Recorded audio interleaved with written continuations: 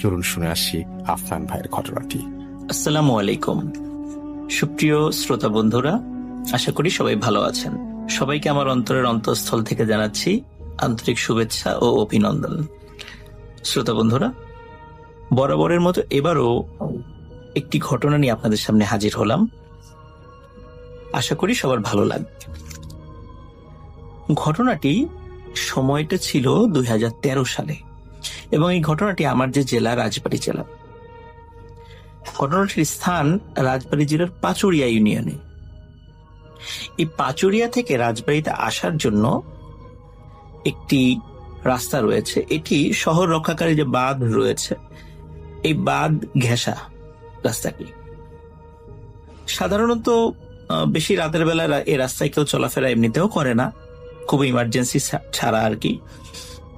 তো এই ঘটনাটি যার সাথে ঘটেছিল তার নাম হচ্ছে রকিব এবং সময়টি হচ্ছে 2013 সালে। তো রকিব হঠাৎ করে তার কাছে রাতের বেলা ফোন আসে। তো বলা হয় তার একজন খুব ঘনিষ্ঠ আত্মীয় হঠাৎ করে অসুস্থ হয়ে রাজবাড়ীর সদর হসপিটালে ভর্তি, এবং তাকে এই খবরটি দেওয়ার পরে খুব ঘনিষ্ঠ আত্মীয় যেহেতু, তো রকিবের মোটরসাইকেল ছিল। তো রকিব চিন্তা করে যে এখন তাহলে যেহেতু মোটরসাইকেল আছে আমি তো যেতেই পারবো, সমস্যা নেই। তো রকিব মোটরসাইকেল নিয়ে বাসার থেকে বের হয় এবং পরিবারের সদস্যদেরকে ওই আত্মীয়র অসুস্থতার খবর জানায়, এবং পরিবারের সদস্যরাও বলে যে ঠিক আছে তুমি যাও। এখন এমত অবস্থায় সে যে একা যাবে, এখন চিন্তা করা হয়েছে তাহলে অন্য কোনো বন্ধুদেরকে সাথে নিয়ে যাই। কিন্তু ওই অবস্থায় যাদেরকেই ফোন দিচ্ছিল, মোবাইলে কল দিচ্ছিল, যেহেতু অনেক রাত ছিল, রাত প্রায় 2-2:30 বাজে, তখন কিন্তু কেউ, আর ওই সময়টা ছিল আবার শীতের রাত, এই কারণে অনেকেই গভীর ঘুমে বিভোর হয়েছিল, যার কারণে যাদেরকে ফোন করেছিল তারা কেউই ফোনটা রিসিভ করেনি। নিরুপায় হয়ে রকিব একাই মোটরসাইকেল নিয়ে বাসার থেকে বের হয়।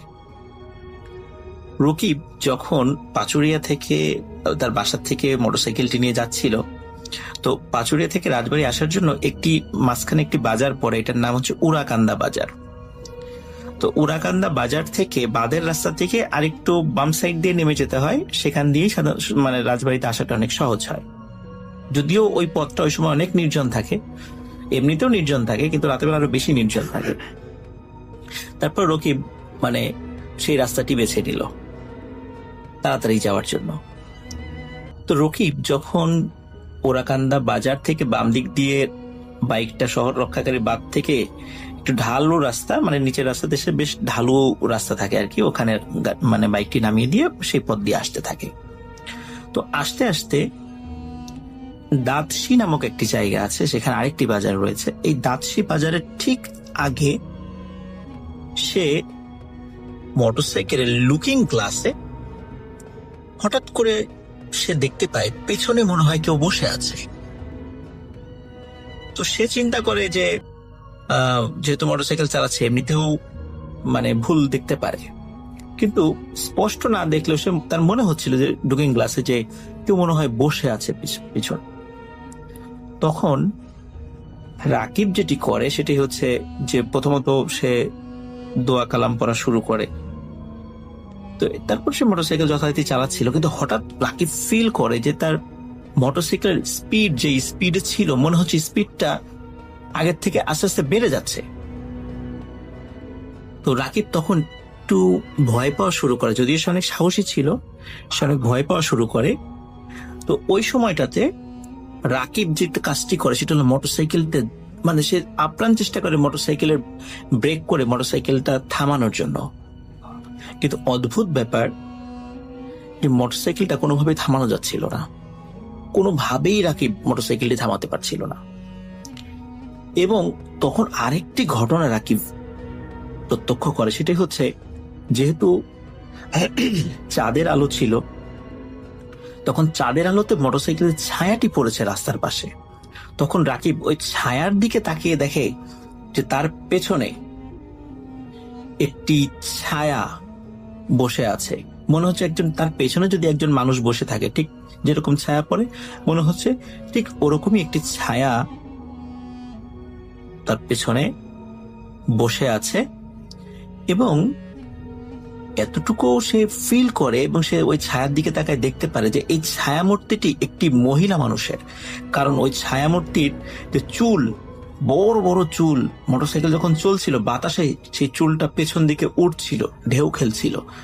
এটিও রাকিব ছায়ার দিকে তাকিয়ে, বিশেষ করে ওই মোটরসাইকেলের যে ছায়াটি হয় সেই দিকে তাকিয়ে দেখতে পারে।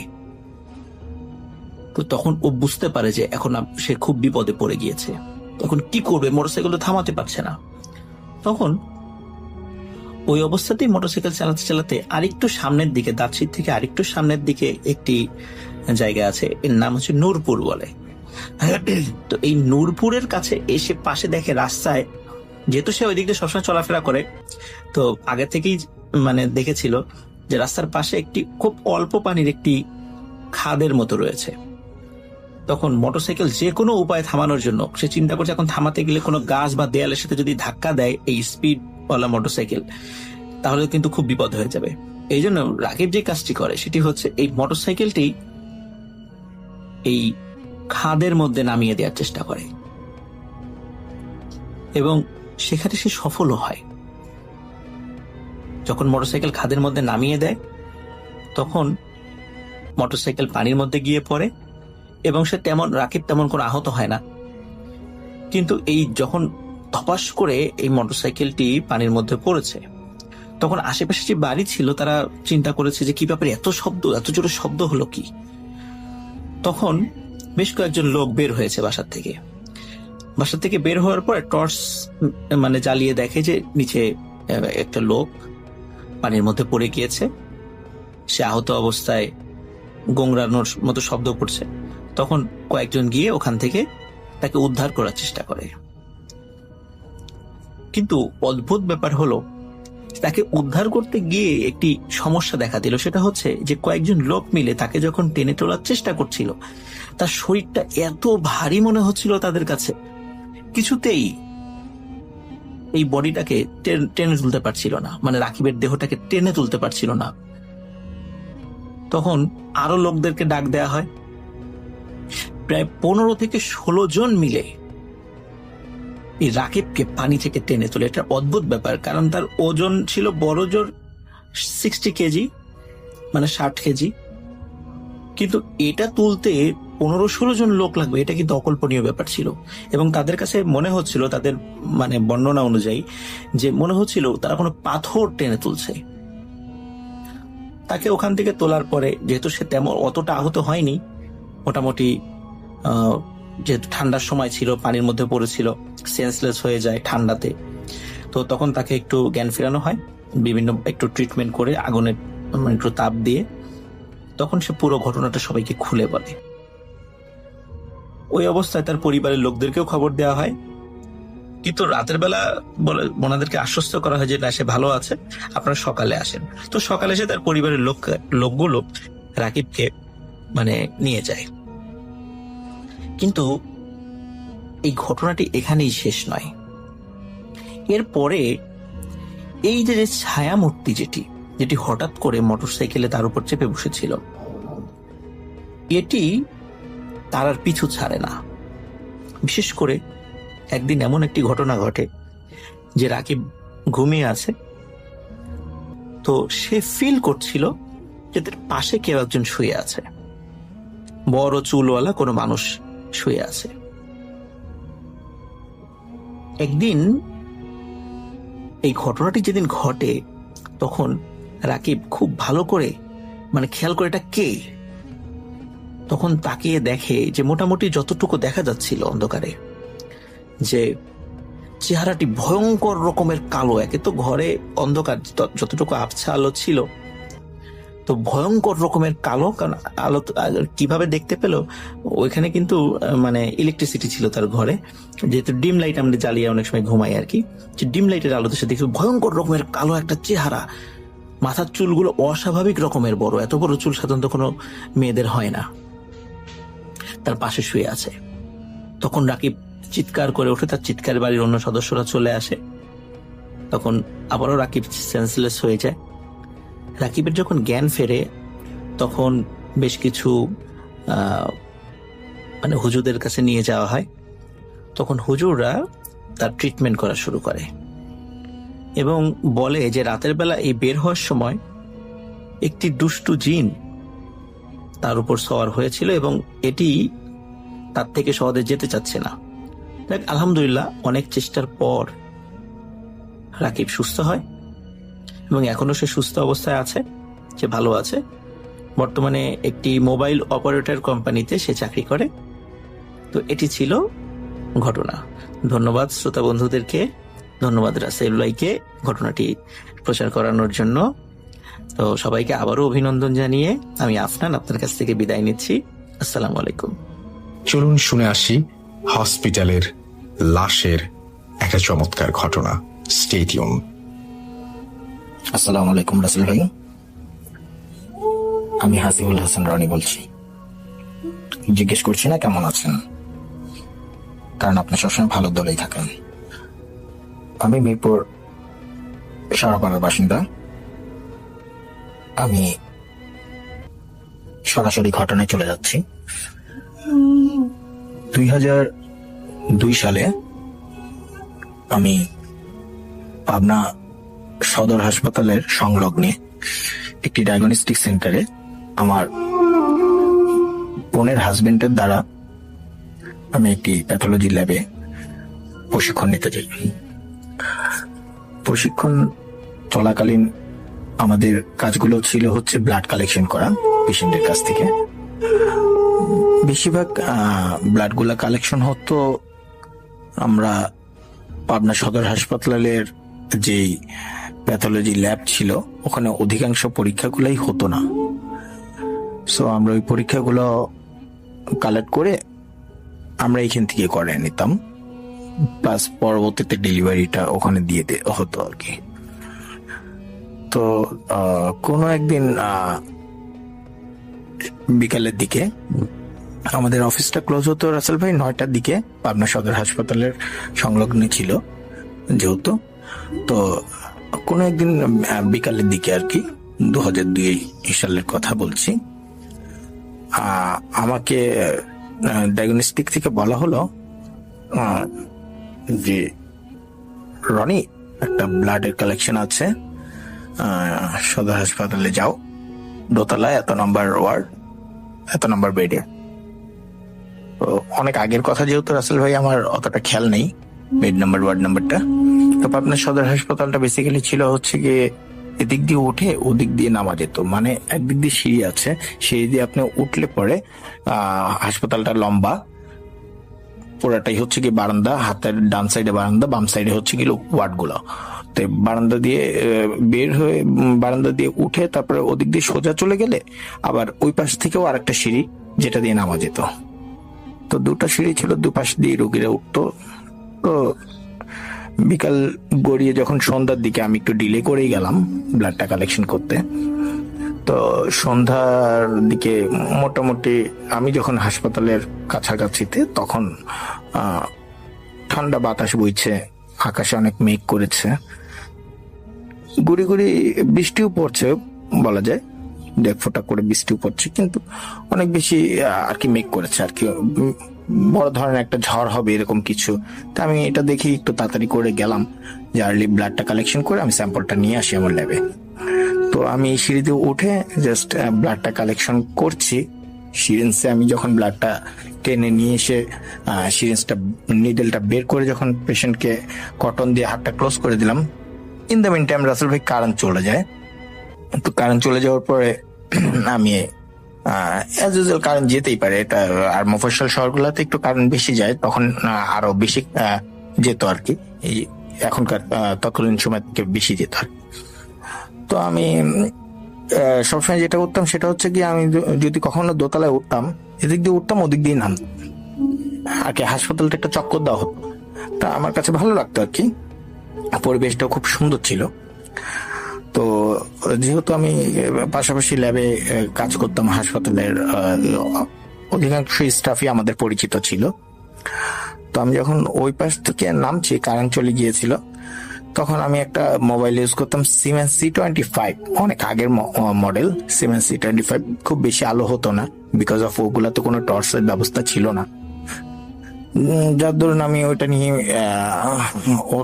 ওইটার আলোর প্রভাবেই আমি ওই সিঁড়ি দিয়ে নামার চেষ্টা করি। যেদিক দিয়ে উঠি ওটার বিপরীত সাইডে যে সিঁড়িটা, সেদিক দিয়ে নামার চেষ্টা করি। তো যেহেতু আলো বেশি হতো না, সেহেতু আস্তে আস্তেই নামার চেষ্টা করতেছিলাম। এর মধ্যে রাসেল ভাই খুব বাইরে বাতাস ছেড়ে দিল, আর প্রচন্ড বিজলি চমকাচ্ছিল, অনেক বেশি বিজলি চমকাচ্ছে। খুব বেশি আর কি, বড় ধরনের একটা ঝড় হবে এরকম একটা আশঙ্কা। বাদ ভাই আমি সিঁড়ি দিয়ে নামার চেষ্টা করতেছি। নামার পরে রাসেল ভাই সিঁড়ির ঠিক গোড়াটায়, যেখানে সিঁড়িটা 3টা পার্ট ছিল, 3টা পার্ট নামার পরে 3টা পার্টে এমন একটা গ্রাউন্ড ছিল, যে গ্রাউন্ডের মধ্যে আপনার ফ্লোরে অনেক স্পেস ছিল, যে স্পেসে আপনার 2-3টা মোটামুটি স্ট্রেচার রাখা যায়। তো আমি নামলাম, নেমে যখনই ডান সাইডে তাকালাম, হঠাৎ করে নামার পরে ডান সাইডে তাকালাম, হঠাৎ করে কেন জানি বিজলিটা খুব বেশি জোরে চমকায় উঠলো। ডান সাইডে তাকানোর পরে আমি দেখতে পেলাম ওখানে স্ট্রেচারে একটা লাশ শোয়ানো। রাসেল ভাই লাশ থাকতেই পারে, যখন আমি হাসপাতালে মেডিকেলের ওয়ার্কিং এর সাথে ইনভলভ, সেহেতু আমার এগুলা দেখে অভ্যস্ত। আমি এজ ইউজুয়াল তেমন একটা কিছু ফিল করিনি। যেহেতু সন্ধ্যার কাছাকাছি সময়, কিছুটা আলো প্রবেশ করছে, কিছুটা বিজলি চমকাচ্ছে, ঝাপসা দেখা যাচ্ছে সবকিছু, আমি বুঝতে পারছি যে লাশটার গায়ে একটা প্রিন্টের চাদর দিয়ে লাশটা ঢাকা। লাশটার হচ্ছে কি পা দুটোর শোয়ানোর পরে সোজা হয়ে উপরের দিকে থাকার কথা, সেখানে লাশটার পা দুটো উল্টা করে, আমরা বেসিক্যালি যে ভূত না, জিন টাইপের যেরকম পা দেখি, যে পা ঘুরানো থাকে, ঠিক ওইরকম। যাই হোক, আমি ওটা দেখে একটু কাছে গেলাম যে পাটা এরকম কেন। তো যাবার পরে রাসেল ভাই দেখতে পারলাম যে পাটার রগ আসলে কাটা, দুটো পায়েরই রগ কাটা, আর স্ট্রেচারের পাশে একটা হাত একটুখানি বের হয়েছে, ওই হাতটাও এরকম রগ কাটা। এর মধ্যে রাসেল ভাই কোথা থেকে একটুখানি বাতাস এসে লাশটার মুখের চাদরটা সরিয়ে দেয়। একটু অদ্ভুত ঘটনা হচ্ছে, সরিয়ে দেওয়ার পরে ওই ফার্স্ট টাইমটা আমি ভয়টা পাই। সরিয়ে দেওয়ার পরে আমি যখন মুখের দিকে তাকানোর পরে খুব বিভৎস আর কি চেহারা করে লাশটা শুয়ে আছে, যেটা হচ্ছে গিয়ে আপনার জিভাটার ভিতরে রাসেল ভাই কামড় দিয়ে আছে। আমরা জিভের আর কি কথায় লজ্জা পেলে কিংবা একটু আপসেট হলে জিভে যেরকম ভাবে কামড় দিই, জিভ অর্ধেক বের করে, ঠিক ওরকম ভাবে জিভে কামড় দিয়ে চোখটা বন্ধ করে সে শুয়ে আছে। তো মুখটা দেখতে খুব অদ্ভুত লাগলো, মনে হলো যে ঘন্টা 3-4 আগে হয়তো বা মারা গেছে, লাশটা পোস্টমর্টমের জন্য ওখানে রাখা। এনিওয়ে, আমি ওইটা দেখে একটু ভয় পাওয়ার জন্য আমি ওই জায়গাটা লিভ করার ট্রাই করলাম। যেহেতু এই সিঁড়ি দিয়ে নেমেছি, সেহেতু আমার হাসপাতালের নিচতলার ওই মাথায় যাওয়ার পরে আমি গেটটা পাবো। তা আমি যখন লাস্টটা লিভ করে আমি যখন রওনা দেওয়ার পরে ওখানে একটা ওয়ার্ড মাস্টার ছিল, জাফর ভাই। ওয়ার্ড মাস্টারের সাথে আমার দেখা হয়। জাফর ভাই আমাকে বলছিল, সবাই আমাকে মজা করে ওখানে শালাই বলতো, যেহেতু আমার বোনের হাজবেন্ডের পরিচয়, ওখানে আমি কাজ শিখতে যাই, তো সবাই মজা। তো জাফর ভাই আমার সাথে মজা করে বললো যে, কিরে শালা তুই এখানে কি করিস? তা বললাম, একটা কালেকশন ছিল, এখানে একটা লাশ পড়ে আছে, কিরকম অবস্থা, এটা কি পোস্টমর্টমের জন্য নাকি? তো জাফর ভাই আমাকে বলতেছে, এটা হচ্ছে গিয়ে তোর ব্যাঙের লাশ। আমি বললাম, ব্যাঙের লাশ মানে? তখন সে আমাকে বললো যে, ব্যাং বাবুর নাম শুনিস না? পাবনার শহরের এককালীন, এখনকার সময় ত্রাস, তা এককালীন সময় সে খুব ত্রাস ছিল, ব্যাং বাবু নাম, তার নামের টাইটেল ছিল এটা। আমি বললাম, ও তাই নাকি? হ্যাঁ, মারা গেছে কিছুক্ষণ আগে, ইনে রাখছে পোস্টমর্টম করার জন্য। তা আমি বললাম, এই হাত পায়ের রক টক কাটা? হ্যাঁ, হাত পায়ের রক কাটছে, আরো কোপ তো পড়ছে পিছনে। তো যাই হোক, আমি এটা শুনে তা আমি যাবার বললাম যে, কোথায় যাচ্ছেন? বললে, উপরে যাবো। তা আমি চলে আসলাম। আমি চলে আসার পরে ল্যাবে ব্লাডটা কালেকশন দিলাম। দেওয়ার পরে আমি আমাদের যে সহকারী ছিল, আমাদের অনেক সিনিয়র, তাকে আমি বললাম যে এরকম ব্যাং বাবু না কি আছে পাবনাতে। তা আমার বেসিক্যালি রাসেল ভাই ঢাকাতেই জন্ম, আমি পাবনায় ওই কাজের জন্যই যাই। আমি পাবনা কি আর শিল্পপতিকে আমি অতটা ভালো করে চিনতাম না। তো যাই হোক, সে আমাকে বললো ও ব্যাং মারা গেছে নাকি, তাই নাকি। উনিও খুব আর কি শুনলো আমার কাছে ঘটনাটা, ইন্টারেস্টেড হয়ে শুনলো আর কি। শোনার পর আমি তাকে বললাম যে হ্যাঁ মারা গেছে, এইভাবে বিভৎসকর অবস্থায় মারা গেছে। তো আমার এতটুকু মনে আছে রাসেল ভাই, সেই দিনটা ছিল বৃহস্পতিবার। তো শুক্রবারের দিন বন্ধ ছিল আলটিমেটলি আমাদের অফিস। তো শুক্রবারের দিন আমি অফিসে যাইনি, আমরা চলে আসলাম বাসায়। আসার পরে আমার কাছে সারা রাত কেমন জানি একটু তন্দ্রা তন্দ্রা ঘুম হলো। ঘুমের মধ্যে আমি যে খুব বাজে কোনো স্বপ্ন দেখবো তাও দেখিনি, কিন্তু অস্বস্তিকর একটা ঘুম হলো। পরের দিন শুক্রবার, অ্যাজ ইউজুয়াল যা করি, শুক্রবারে হলিডে ছিল। তারপরের দিন হচ্ছে শনিবার, স্যাটারডে।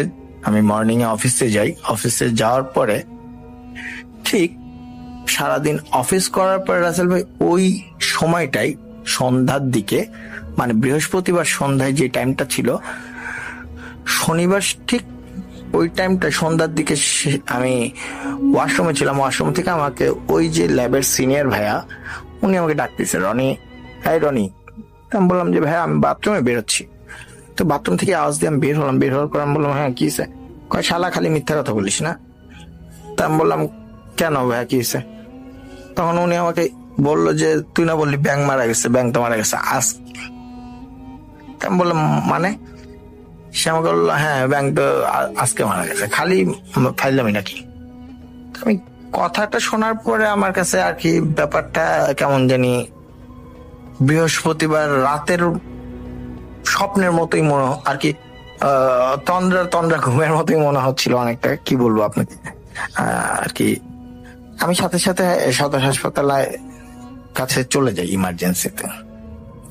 ইমার্জেন্সিতে যাওয়ার পরে ফার্স্ট টাইম লাশগুলো আসে ইমার্জেন্সিতে আগে বডি চেক আপ করা হয়। বডি চেক আপ করানোর পরে লাশগুলো হয়তো বা বাইরে কোনো একটা স্থানে রাখে, না হলে ওই সিঁড়ির কোনায় রাখে যেখানে আমি ব্যাঙের লাশ দেখেছিলাম। যাই হোক, আমি সেখানে যাওয়ার মতো সিচুয়েশন হয়নি। আমি ইমার্জেন্সিতেই দেখলাম আসল ভাই, এটা আর কি আনবিলিভেবল ব্যাপার। অনেকেই অনেক ধরনের কাহিনী বলে। আই ডোন্ট নো আমি কি আর কি স্বপ্নই দেখেছি 2টা দিন ভরা, নাকি প্র্যাকটিক্যালি দেখেছি 2টা দিন ভরা, বাট এটা হচ্ছে গিয়ে বিট্রু। ওই চাদরটাই ছিল গায়ে, লাশটার 2টো পা ওইভাবেই রগগুলো কাটা ছিল, হাতের কবজির 2টোই কাটা অবস্থায় বাঁকানো ছিল। অবশেষে যেটা দেখতে পারলাম, মুখটার দিকে তাকিয়ে, এবার ব্যাঙের লাশটার চোখ খোলা ছিল, কিন্তু জিবলাটার ভিতরে রাসেল ভাই কামড় দেওয়া ছিল। আমি সেটা দেখে বেশ 10 থেকে 15 মিনিট আমি কারোর সাথে কথা বলতে পারিনি। হাসপাতালের সামনে যে ছোট্ট একটা বিনোদনের জন্য মাঠ ছিল, মাঠটার সামনে এসে আমি স্ট্যাচু হয়ে কতক্ষণ দাঁড়িয়েছিলাম। কিছুটা বলতে পারেন এক প্রকারের কোনো একটা ভাবনায় চলে গিয়েছিলাম। কোন ভাবনা ঠিক সেটা এখন পর্যন্ত বের করতে পারি। যাই হোক, তার কিছুক্ষণ পরে আমি জাফর ভাইয়ের সাথে দেখা করি। দেখা করার পরে জাফর ভাইকে আমি বলি, জাফর ভাই বৃহস্পতিবার রাতে খুব ঝড় হলো। জাফর ভাই আমাকে বললো হ্যাঁ। বললাম সন্ধ্যার দিকে এরকম এরকম একটা ঘটনা ঘটছে, আপনার সাথে আমার দেখা হয়েছিল। জাফর ভাই আমার মুখের দিকে হাসি দিয়ে বলল, তোর মাথায় সমস্যা হয়েছে, অল্প বয়সে এত লাশ দেখিস তো, মানিককে বলিস কয়দিন তোকে বাসায় জানি রেস্টে রাখে। আমাদের মালিকের আর কি মানিক বলতে আমার বোনের হাজবেন্ডের নাম ছিল মানিক, আর আমাদের মালিকের নাম ছিল মুকুল। জাফর ভাই আমাকে বললো যে মুকুল ভাইকেও আমি বলবো তোকে জানি কয়েকদিন বেড রেস্ট দেয়। এরকম অদ্ভুত কথাবার্তা বলিস কেন? তখন আমি তার হাতটা চেপে ধরে বললাম যে জাফর ভাই, সত্যি আপনি আমাকে বলেছিলেন এটা ব্যাঙের লাশ, তাই বলে আপনি উপরেও চলে গেলেন। জাফর ভাই আমার কাছ থেকে হাতটা ঝাটকা দিয়ে টান দিয়ে বললো, যেহেতু লাশ আসছে অনেক কাজ আছে, এসব কথা আর কাউরে বলিস না, বোকা ছেলে কোথাকার। কি বলিস এগুলো? একটা মানুষ কবার মরে? এখন আমার গায়ের কাটা শিংড়ে ওঠে রাসেল ভাই, আসলেও একটা মানুষ কবার মরে। যাই হোক রাসেল ভাই, এই ছিল আমার ঘটনা। তারপর আমি 3 দিনের বেড রেস্টে থাকি। মেন্টালিটি ঠিক করতে না করতে ডিসিশন নিয়ে নিই আমি আর প্যাথোলজির কাজ শিখবো না। আমি ঢাকায় চলে আসি। আর কখনো আমি সদর হাসপাতালের ভেতরে ঢুকে ওই জায়গাটায় আজও পর্যন্ত যেতে পারি। যদি ঘটনাটা ভালো লাগে রাসেল ভাই, অডিওটা প্লে করবেন। বিনীত আবেদন রইল, লিসনারদের উদ্দেশ্যে বলছি, আপনার সাথেও এরকম ঘটনা ঘটতে পারে, আমার সাথেও ঘটেছে। সবাই ভালো থাকবেন। আসসালামু আলাইকুম রাসেল ভাই, আশা করি আপনি সবসময় ভালো দলেই থাকবেন। আমার কাছে আরো অনেক ঘটনা আছে, যদি কখনো সময় করতে পারি এটা প্লে করলে বাদ বাকি ঘটনাগুলো পাঠানোর চেষ্টা করব। আল্লাহ হাফেজ। এখন যেটা করব সেটা হচ্ছে সরাসরি চলে যাব আমরা আমাদের প্রথম অতিথি হিসেবে আছেন আজকে আফনান ভাই, তার কাছে চলে যাব এবং তার কাছ থেকে একটা ঘটনা শুনে আসবো। আশা করছি যে এই ঘটনাটা আপনাদের অনেক বেশি ভালো লাগবে। চলুন শুরুতেই চলে যায় আফনান ভাইয়ের কাছে। প্রিয় লিসেনার্স, আসসালামু আলাইকুম। আমি আফনান, আশা করি সবাই ভালো আছেন, সুস্থ আছেন। প্রথম যে ঘটনাটি আপনাদের সাথে শেয়ার করতে যাচ্ছি, এই ঘটনাটি আমাদেরকে যিনি পাঠিয়েছেন ওনার নাম ওয়াদুদুল ইসলাম। উনি একজন রেমিটেন্স যোদ্ধা ভাই। তো ওয়াদুদুল ইসলাম ভাই বর্তমানে দুবাইতে রয়েছেন। ওনার বাড়ি হবিগঞ্জ জেলার বাহুবল উপজেলার সাতকাপন ইউনিয়নের একটি গ্রামে। সঙ্গত কারণে উনি ওনার গ্রামের নামটি প্রকাশ করেন নাই। এখন যে ঘটনাটি আপনাদের সাথে শেয়ার করবে, এই ঘটনাটি কালীগজিয়া টেলাকে কেন্দ্র করে। ঘটনাটি ঘটেছিল 2020 সালের জুন অথবা জুলাই মাসের দিকে। তখন কিন্তু করোনার একদম পিক টাইম চলছে। ওনাদের যে গ্রামটা, এটা মধুপুর চা বাগানের পাশেই অবস্থিত। মধুপুর চা বাগান পার হয়ে পূর্ব দিকে বিশাল এলাকা নিয়ে পাহাড়। তো ওনাদের গ্রামের ছেলেরা মাঝে মধ্যেই ওইদিকে যেত, অনেকে গরুর জন্য ঘাস কাটতে যেত, আবার ওইদিকে লেবু, তারপরে কাঁঠাল, আনারস এগুলোর গাছ তো ছিলই, সেখান থেকে এগুলো সংগ্রহ করতে যেত। এছাড়া অনেক কাঠের গাছ ছিল যেগুলো অনেকে কেটে ফেলতো। আর এই গাছ কাটা রোধ করার জন্য কিন্তু ফরেস্ট অফিস থেকে রেগুলার কিছু লোক নিয়োগ করা ছিল। তারা প্রতিনিয়তই এগুলো পাহারা দিতেন, যারা গাছ কাটতে যেত তাদেরকে ভাগিয়ে দিতেন। আর অন্যান্য কাজও মানুষ যেত। এই যে ওয়াদুদ ভাই, উনিও কিন্তু মাঝে মধ্যেই বন্ধু বান্ধবদের নিয়ে ওদিকে ঘুরতে যেতেন। তো 2020 সালের ওই সময় কি হয়, বন বিভাগের লোকেরা আশেপাশের কিছু গ্রামের লোকদেরকে খবর দিয়ে বলেন যে এখানে তো অনেক জঙ্গল হয়ে গেছে, জঙ্গলগুলো তো কেটে সাফ করার দরকার। তো আমরা যে কাজটা করতে চাই সেটা হচ্ছে যে এখানে নতুন করে চারা রোপণ করতে চাই, জঙ্গল সাফ করে। আপনারা যারা জঙ্গল কাটার কাজে আগ্রহী তারা নিজ নিজ দা কুড়াল যা আছে সেগুলো নিয়ে চলে আসবেন। প্রতিদিন নগদ 200 টাকা করে দেয়া হবে এবং যে যতটুকু কাটবেন গাছপালা জঙ্গল এগুলো লাকড়ির জন্য বাড়িতে নিয়ে যেতে পারবেন। তো এটা শোনার পর লোকজন তো খুশি হয়, কারণ হচ্ছে লাকড়ির কাঠের জন্য তারা এমনিতেই বিভিন্নভাবে ছল চাতুরির আশ্রয় নিয়ে সেখানে গিয়ে এগুলো কাটাকাটি করতেন। এখন যেহেতু ফরেস্ট অফিস থেকে বলে দেওয়া হয়েছে কাটার জন্য, এই জন্য সুযোগও পাওয়া গেল, সেই সাথে নগদ 200 টাকাও পাওয়া যাবে। এই জন্য অনেকেই সেখানে গাছ কাটতে এবং জঙ্গল সাফ করতে আগ্রহী হয়েছিলেন। এই যে ওয়াদুদ ভাইদের যে গ্রাম, ওই গ্রাম থেকেও 5-6 জনের একটা গ্রুপ রেডি হয়ে যায়। তো ওই গ্রুপে যারা ছিলেন তাদের নাম হচ্ছে সাজু, লিমান, তোফায়েল, হাসান, ইমরান, এদের প্রত্যেকেরই বয়স ছিল 15 থেকে 20 বছরের ভেতরে। তো সবাই চিন্তা করেছে যে নগদ টাকাও পাবো, তাছাড়া জঙ্গল কেটে নিয়ে আসলে তো রান্নার জন্য লাকড়িও হবে, ভালোই তো। অন্য সময় তো আর কাটা যায় না, বন বিভাগের লোকরা সবসময় পাহারা দিয়ে রাখে। তো তারা গিয়ে যখন জঙ্গলের এই গাছ কাটা শুরু করে, কিছুক্ষণ কাটার পর একজন দেখতে পায় পাহাড়ের একটি টিলা, যে টিলার নাম হচ্ছে কালীগজিয়া টিলা, ওইটার মাঝখানের একটা অংশ, ঢালু অংশ, সেখান দিয়ে একটা লম্বা শেকড় বের হয়ে এসেছে, গাছের একটা শেকড়। ওই শেকড়ের মধ্যে বিশাল বড় একটা মৌচাক। যারা পাহাড়ে আছেন বা পাহাড়ে যারা গিয়েছেন কখনো, তারা নিশ্চয়ই বুঝতে পারবেন যে অনেক সময় গাছের শেকড়গুলো মাটি থেকে বাইরে বেরিয়ে থাকে, কারণ ওখানে তো সব ঢালু।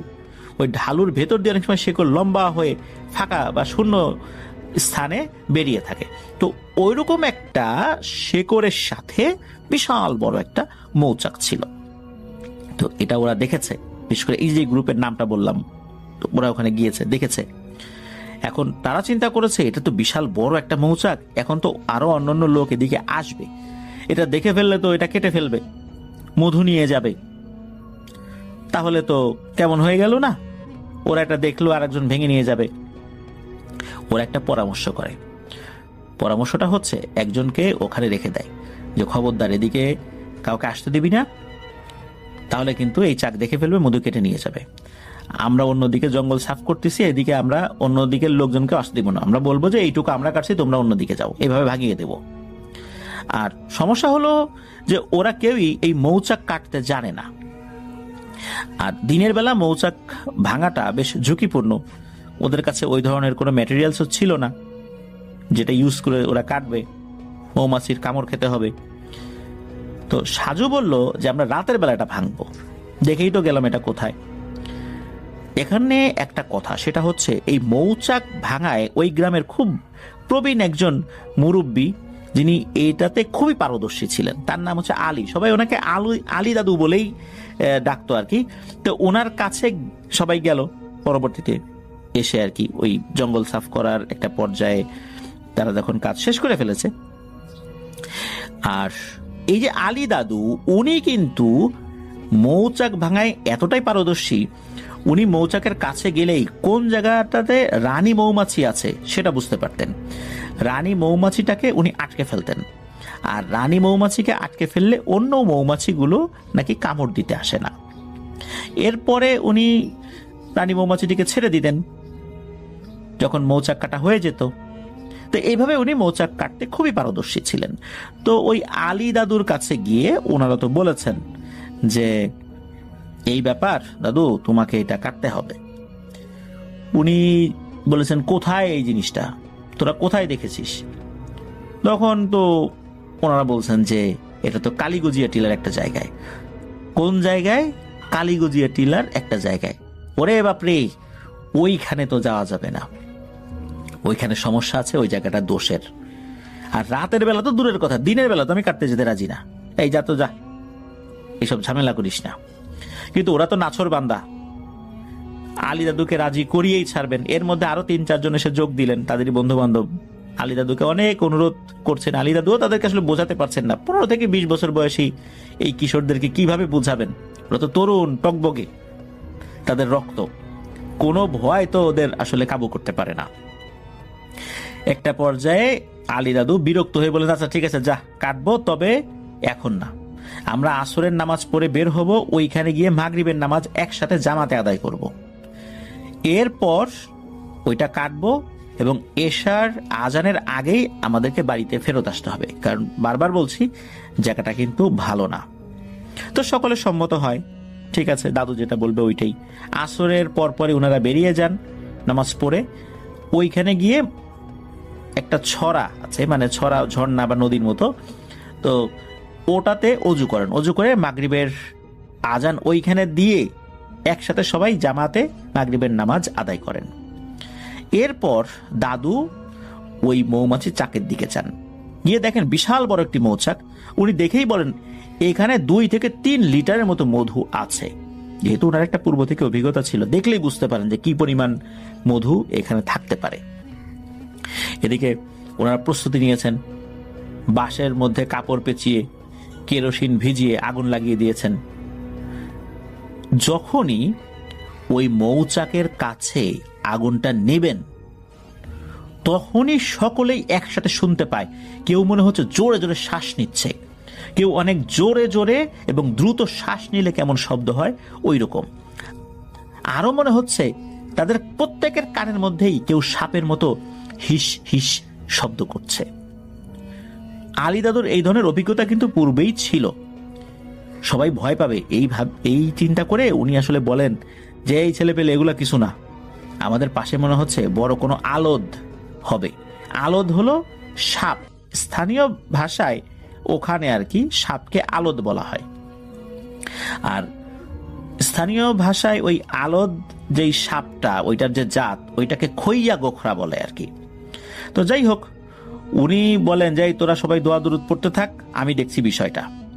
এরপর উনি মনে মনে কি যেন পড়লেন এবং চারদিকে ফু দিয়ে দিলেন এবং সালাম দিয়ে বললেন, তুমি যেই হও না কেন, তুমি যদি আল্লাহর সৃষ্টি হয়ে থাকো, নিশ্চয়ই তুমি আল্লাহরই সৃষ্টি, তাহলে আমাদের কোনো ক্ষতি করো না, আমরা তোমার কোনো ক্ষতি করছি না, তুমিও আমাদের কোনো ক্ষতি করো না, তুমি তোমার মতো থাকো, তোমার পথে যাও, আমরা আমাদের মতো করে এখনই আমাদের পথে চলে যাচ্ছি।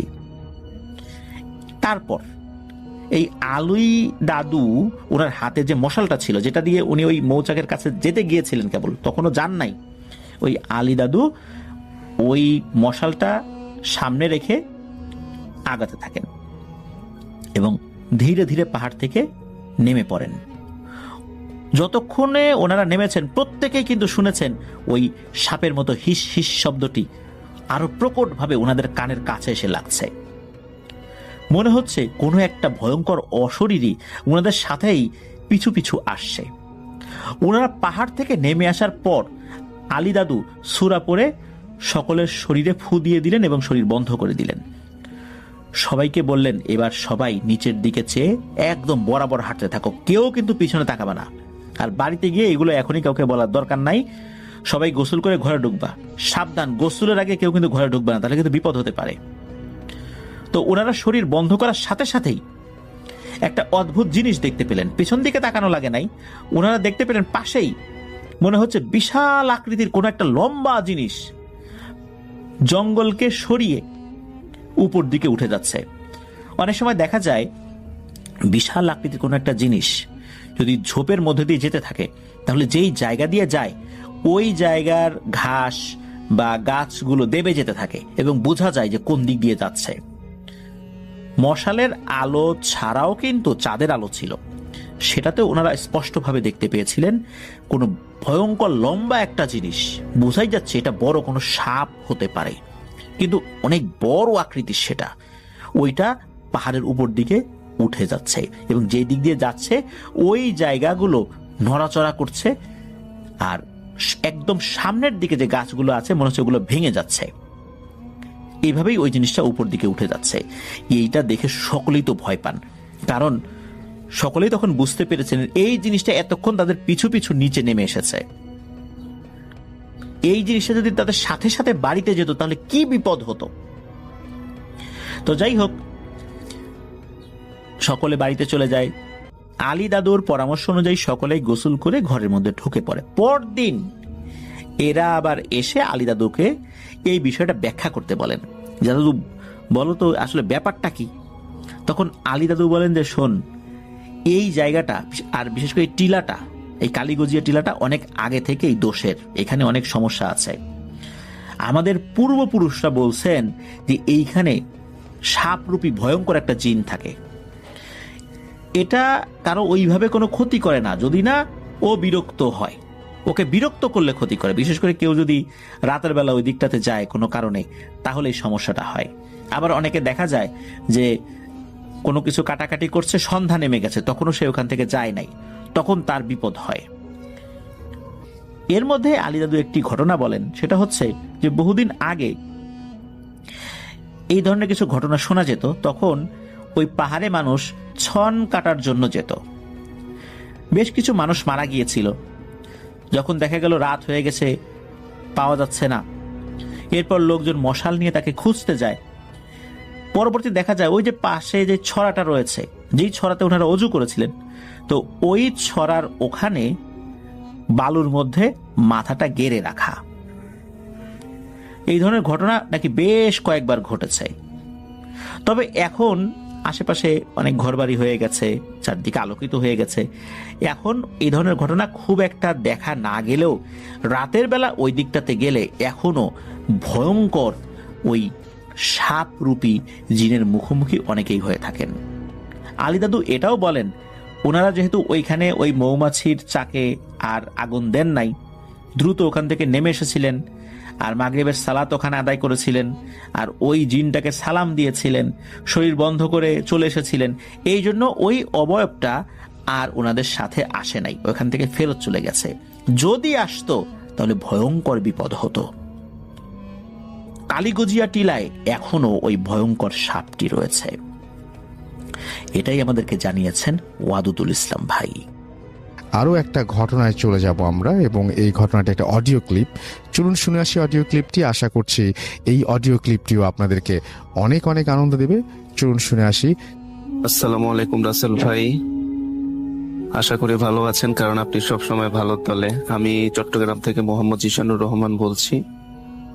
যদি ভালো লাগে অবশ্যই আপনারা প্লে করবেন। এবং আমি এখন যে ঘটনাটি আপনাদের সাথে শেয়ার করতে যাচ্ছি, এই ঘটনাটি হচ্ছে একটি সত্যি ঘটনা, এবং এই ঘটনাটি ঘটে আমার মামার বাড়ির এলাকাতে। তো আমি আর কথা না বাড়িয়ে আমি ঘটনায় চলে যাচ্ছি। তো একটু বলে রাখি ভাইয়া, ঘটনাটি আমি শুনি আমার এক বন্ধুর কাছে, যে মানে ওই যেখানে ঘটনাটি ঘটেছিল সে ওখানেরই ছাত্র ছিল।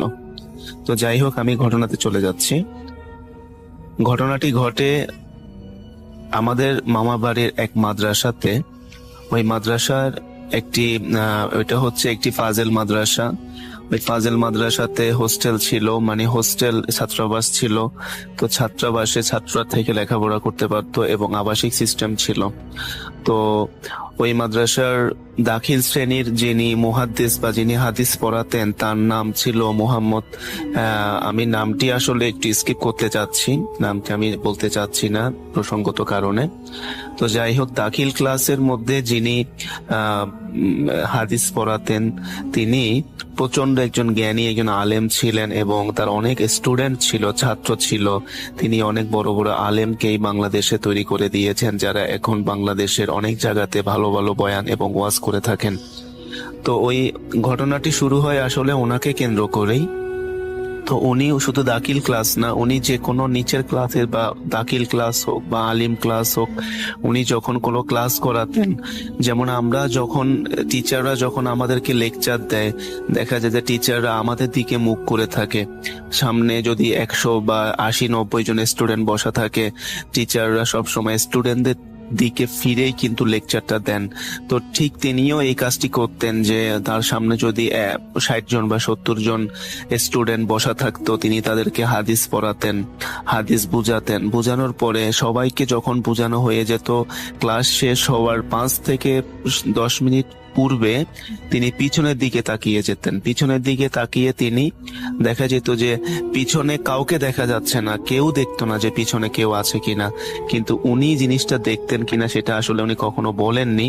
তো উনি পিছনের দিকে তাকিয়ে মানে একটা অদৃশ্য কাউকে হয়তো বা কিছু উনি বুঝাতেন যে তোমরা বুঝছো কিনা। উনি হাত লাড়তেন, এবং উনি ওনার নানা রকম বডি ল্যাঙ্গুয়েজ দিয়ে পিছনে ফিরে উনি তাকিয়ে প্রায় 5 থেকে 10 মিনিট উনি লেকচার দিয়ে তারপরে উনি ক্লাস থেকে বের হতেন।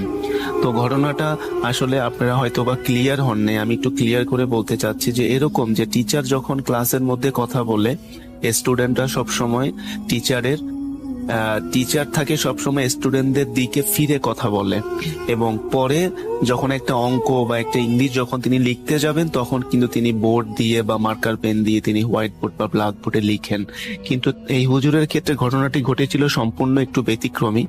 তিনি যখন লেকচারটা দিতেন, তিনি তার লেকচার দেওয়ার শেষে করার আগে সকল স্টুডেন্টকে বুঝিয়ে উনি পিছনের দিকে তাকিয়ে যেতেন। পিছনের দিকে তাকিয়ে উনি কাউকে যেন বা অন্য কাউকে বা দেখা যাচ্ছে না বা সুপার ন্যাচারাল ব্যাপার ছিল, সেটা আসলে হুজুর কখনো বলেননি। তো উনি ওদেরকে বুঝাতেন। তো এই ঘটনাটি প্রায়ই ঘটতে থাকে বলতে আলিম ক্লাসে উনি একই কাজ করতেন, দাখিল ক্লাসে একই কাজ করতেন, ইভেন উনি 9-8 ক্লাসেও বা অন্যান্য ক্লাসে যদি হাদিস পড়াতেন বা অন্যান্য ক্লাস নিতেন, উনি একই কাজটি করতেন। তো এরকম ঘটনাটি আসলে ঘটতে থাকে এবং এক পর্যায়ে ছাত্রছাত্রীরা মনে করতে থাকে যে হুজুরের মাথায় মনে হয় কোনো সমস্যা আছে, না হলে হুজুর এরকম আচরণ কেন করবেন। তো তারা এক পর্যায়ে তারা দেখা যায় এর মধ্যে একটা থাকে না যে ক্লাসের মধ্যে কিছু দুষ্ট ছেলে থাকে যারা টিচারদের নানা রকম নাম দেয়, নানা রকম আজে বাজে নাম দিয়ে তারা ডাকে রাস্তাঘাটে, একটু টিচারদেরকে একটু ইনসাল্ট করার চেষ্টা করে।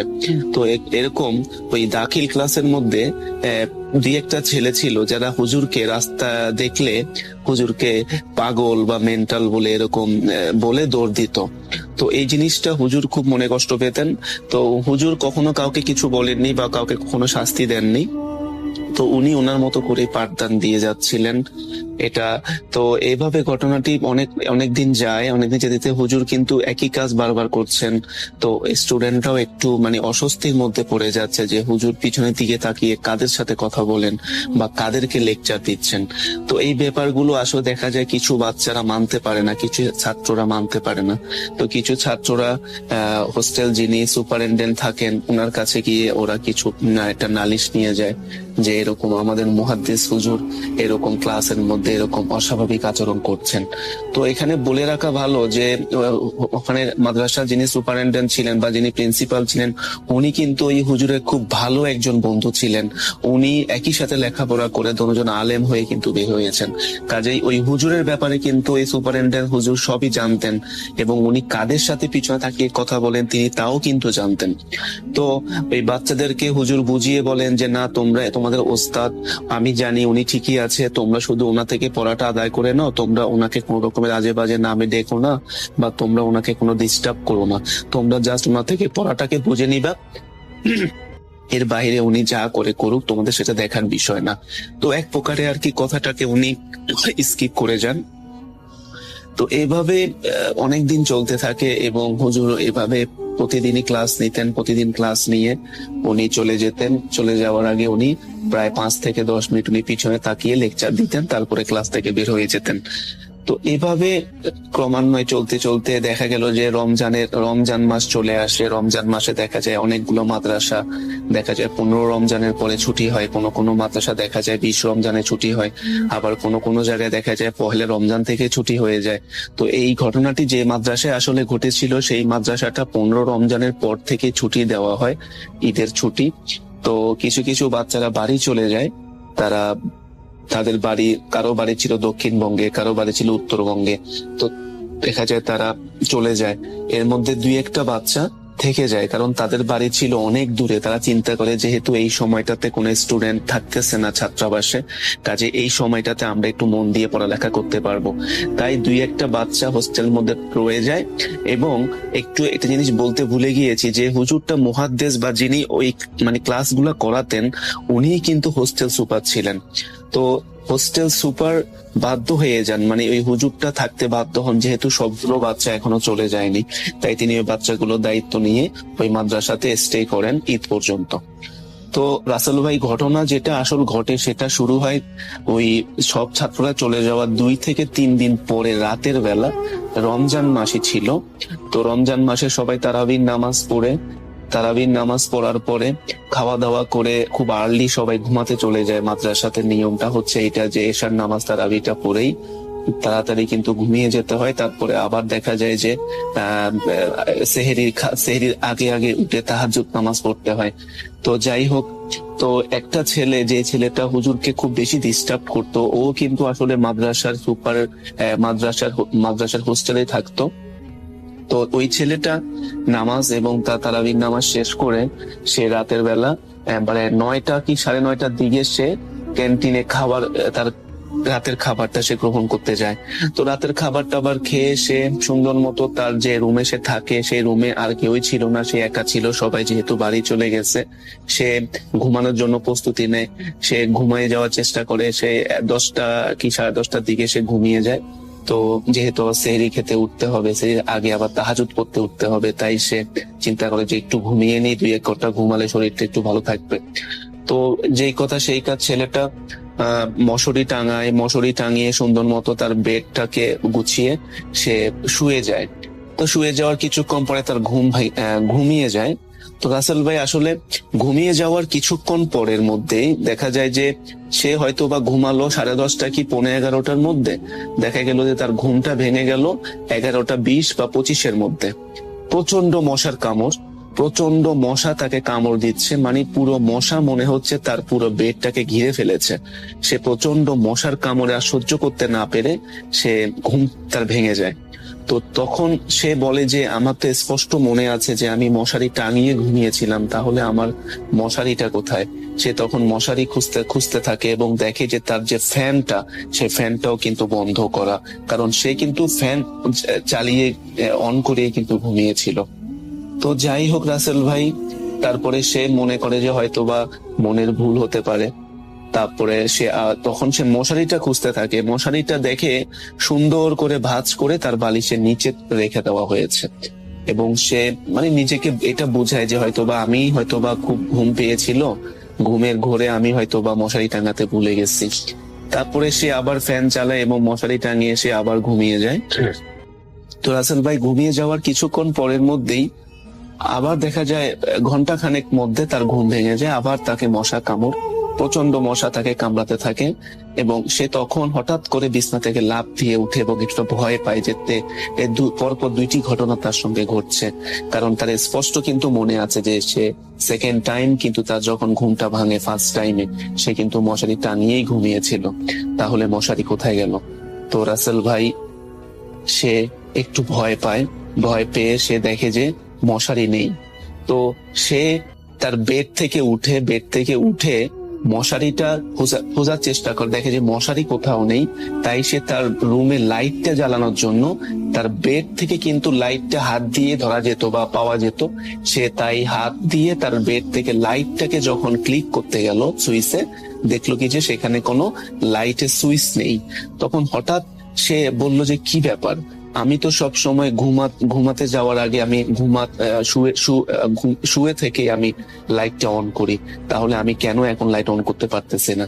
তখন সে ভাবে যে যাক হয়তো বা আমি নিচে নেমে দেখি যে ঘটনাটা কি।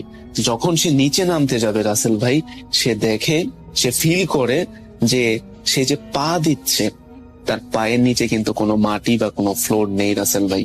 তখন সে হঠাৎ নিজেকে আবিষ্কার করে যে তার পুরো বেডটা বা তার পুরো চৌকিটা বা খাটটা যেখানে সে ঘুমাতো, সেটা মাটি থেকে প্রায় 20 থেকে 30 ফুট উপরে কিন্তু ভেসে আছে। তখন এটা যখন সে রিয়ালাইজ করে যে সে শূন্যের উপর ভেসে আছে, তখন সে চিৎকার, ছোট বাচ্চা রাসেল ভাই, অনেক ছোট ছিল সে, মানে দাখিলের স্টুডেন্ট, আর কত বড়ই বা হবে। তখন সে চিৎকার করে অজ্ঞান হয়ে যায়, কিন্তু সে চিৎকারটা এত জোরে সে করেছিল পুরো মাদ্রাসা শোনা গিয়েছিল। তখন পাশেই সুপার হুজুরের রুম ছিল, যিনি তাদেরকে হাদিস পড়াতেন, তিনি চিৎকারটা শুনতে পান এবং তিনি চিৎকারটা শুনে তিনি মাদ্রাসার দারোয়ান এবং আরো 2-1 ছাত্র ছিল সেখানে, তাদেরকে সহ তার রুমের কাছে গিয়ে দেখেন রুমটি লক করা। তো দারোয়ানকে বলে, দারোয়ান তুমি রুমটাকে ভেঙে ফেলো, তারপর রুমটা খুলো। তখন দারোয়ান এক ধাক্কা দিয়ে রুমটা মানে ভেঙে ফেলার মতো করে রুমটাকে খুলে ফেলার পরে দারোয়ান সহ সবাই এবং ওই সুপার হুজুর দেখতে পেলেন যে ছেলেটা মাটিতে অজ্ঞান হয়ে পড়ে আছে এবং তার মুখ দিয়ে ফেনা উঠতেছে। প্রচন্ড ভয় সে পেয়ে সারা শরীর কাঁপছে। তখন হুজুরা দোয়া কালাম পড়ে সূরা কালাম তেলাওয়াত যেটুকু ওনারা করে ফু দিয়ে একটু পানি খাইয়ে ছেলেটার সেন্স আনার চেষ্টা করে। তো প্রায় আধা ঘন্টা পর ছেলেটার একটু সেন্স আসার পরে ছেলেটাকে জিজ্ঞাসা করা হয় যে কি হয়েছে, তুমি কেন এত ভয় পাইলা? তখন ছেলেটা সবকিছু খুলে বলার পরে ওই যে হুজুরটা তাদেরকে মুহাদ্দিস ছিল, যিনি তাদের ক্লাসের মধ্যে অস্বাভাবিক আচরণ করতেন বলে সবাই তাকে ডিস্টার্ব করত, ওই হুজুরটাই কিন্তু মাদ্রাসার সুপার এবং তিনি ওখানে ছিলেন। তো উনি ঘটনাটা ছেলেটাকে বলেন। বলার পরে বলেন, দেখো বাবা, আমি যখন তোমাদের ক্লাস করাই আমার পিছনে প্রায় 40 থেকে 50টা জিন এসে আমার ক্লাস করে, ওরা আমার ছাত্র। তো তোমরা ওদেরকে দেখো না, কিন্তু আমি দেখি ওরা আমার পিছনে বসে এবং তোমরা আমার সামনে বসো। কাজেই আমি যে সকল পড়াগুলো পড়াই ওরা সেই পড়াগুলো শিখে ওরা জ্ঞান অর্জন করছে, ওরা আলেম হচ্ছে, ওরা মুসলিম জিন।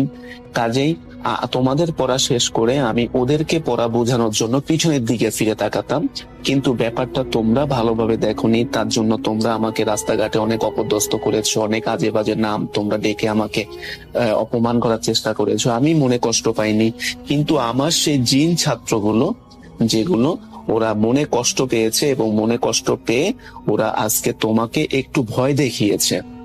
তো এই ঘটনাটি যখন ছাত্রটাকে বলা হয়, ছাত্রটা প্রচন্ড ভয় পায় রাসেল ভাই, ভয় পাওয়ারই কথা। তো সে হুজুরের কাছে মাপ চায়, মাপ চাওয়ার পরে হুজুর তাকে মাফ করে দেন এবং সে আর ওই ছাত্রাবাসে থাকার কোনো সাহস তার হয় না।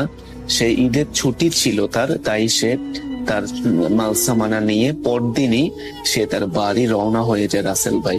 তো রাসেল ভাই, এই হচ্ছে ঘটনা। তো আমার জানা এরকম অনেক মাদ্রাসা এবং অনেক শিক্ষা প্রতিষ্ঠানও কিন্তু রয়েছে, যে সকল কলেজ মাদ্রাসা বা বিশ্ববিদ্যালয়ও আছে আমার জানা মতো, আমি নাম বলতে চাচ্ছি না। পাকিস্তানেও আছে, বাংলাদেশেও আছে কিছু ভার্সিটি যেখানে জিন জাতিরা মানুষের রূপ ধরে লেখাপড়া করছে। এবং কুমিল্লার সৈয়দপুর যে মাদ্রাসাটা, সেই মাদ্রাসায় কিন্তু প্রায় 200 থেকে 250 জিন কিন্তু মানুষের রূপে লেখাপড়া করছে। তো হয়তো আমরা সেগুলো দেখি মানুষের মতো, কিন্তু তারা আসলে কিন্তু মানুষ নয়। তো রাসেল ভাই, এই ছিল ঘটনা। ঘটনাটি একদম সত্যি। যদি অবশ্যই আপনার যদি ভালো লাগে আশা করি প্লে করবেন এবং দোয়া করবেন। আসসালামু আলাইকুম। আরও একটা ঘটনায় চলে যাব আমরা, এবং এই ঘটনাটি একটা অডিও ক্লিপ। চলুন শুনে আসি অডিও ক্লিপটি। আশা করছি এই অডিও ক্লিপটিও আপনাদেরকে অনেক অনেক আনন্দ দেবে। চলুন শুনে আসি। হ্যালো রাসেল ভাই, আসসালামু আলাইকুম। আমি রিপন, লালমনিরহাট থেকে। আমার বাসা লালমনিরহাটের আদিত্যমারিতে। তো আজকে যে ঘটনাটা আমি শেয়ার করব, এই ঘটনাটা আমি ঢাকাতে যখন ছিলাম, তো একদিন আমি এবং আমার সহপাঠী না, তারা আমার কলিগ, তো কলিগদের সাথে আমি একদিন ইলিশ মাছ খাওয়ার জন্য মাওয়া ঘাটে গিয়েছিলাম। সবার একটা পরিচিত জায়গা আছে মাওয়া ঘাট। তো অনেকেই ইলিশ খাওয়ার জন্য সেই মাওয়া ঘাটে চলে যায়। তো ওখানে যাওয়ার পর আমার এক কলিগের কাছে আমি একটা ঘটনা শুনি। তো ঘটনাটা এই মাওয়া ঘাটকে কেন্দ্র করে। তার বাসা এই মাওয়া ঘাটের আশেপাশে। তিনি আমার সেই কলিগ তার গ্রামের নাম বা হলো ঠিকানাটা বলতে আগ্রহী নয়। তো এখানে এই মাওয়া ঘাটে আমার কলিগের একজন পরিচিত নাম ছিল, তার নাম হচ্ছে কালাম মিয়া। তো এই কালাম মিয়া তিনি একজন জেলে, এবং এই জেলের সাথে একটা ভয়ানক ঘটনা ঘটেছিল। আর সেই ঘটনাটা আমাকে তিনি শেয়ার করেছেন, আমার কলিগ আমাকে শেয়ার করেছেন। আমার কাছে ঘটনাটা খুবই ইন্টারেস্টিং লেগেছিল, খুব ভৌতিক মনে হয়েছিল। এই জন্য আমি চিন্তা করলাম যে রাসেল ভাই, আপনাকে ঘটনাটা আমি শেয়ার করে ফেলি। তো বেশি কথা নয়, আমি শুরু করি ঘটনাটি। তো শ্রোতারা, আপনারা যারা মাওয়া ঘাটে গিয়েছেন তারা জানেন জোয়ারের সময় পদ্মা কতটা ভয়ঙ্কর হয়ে ওঠে। কিন্তু সেই সময় শুধু ঢেউয়ের নয়, জেলেরা বলে মাঝ নদীতে এমন কিছু আছে যা মানুষের চোখে পড়ার কথা নয়। আজ যে ঘটনাটা আমি আপনাদের বলবো তা ঘটেছিল মাওয়া ঘাটের এক অভিজ্ঞ জেলে কালাম মিয়ার সাথে। ঘটনাটা শোনার পর যদি আপনি সেই নদীর দিকে তাকান তাহলে আপনার গায়ের লোম খাড়া হয়ে যাবে। তো কালাম মিয়া দীর্ঘ 20 বছর ধরে এই পদ্মার জাল ফেলতেছেন। তো যেদিন ঘটনাটা ঘটেছিল সেদিন ছিল অমাবস্যার রাত।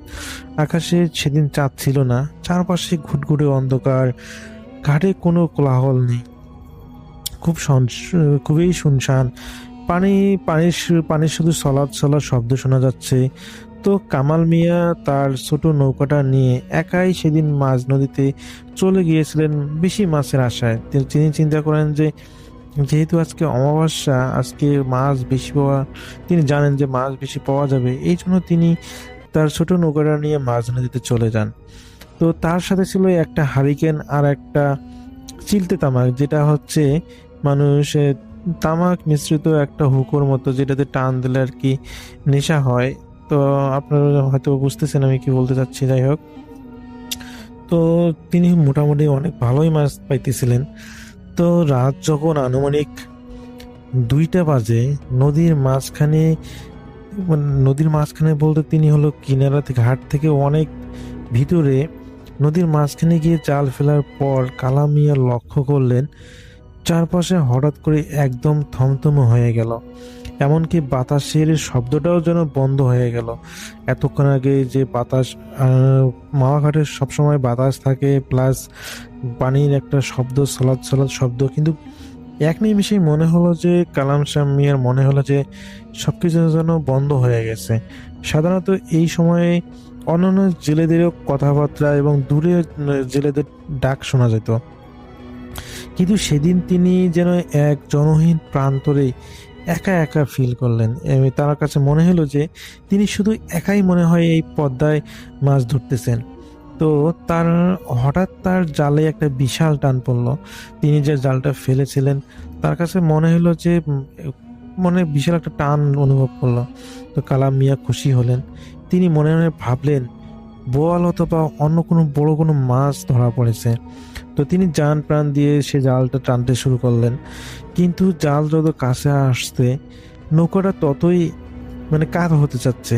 এতটাই টান যে যখন তিনি জাল টানতেছেন তখন নৌকাটা কাত হয়ে যাচ্ছে, যেন মাটির নিচ থেকে কেউ জালটা সজোরে নিচে থেকে টেনে ধরতেছে।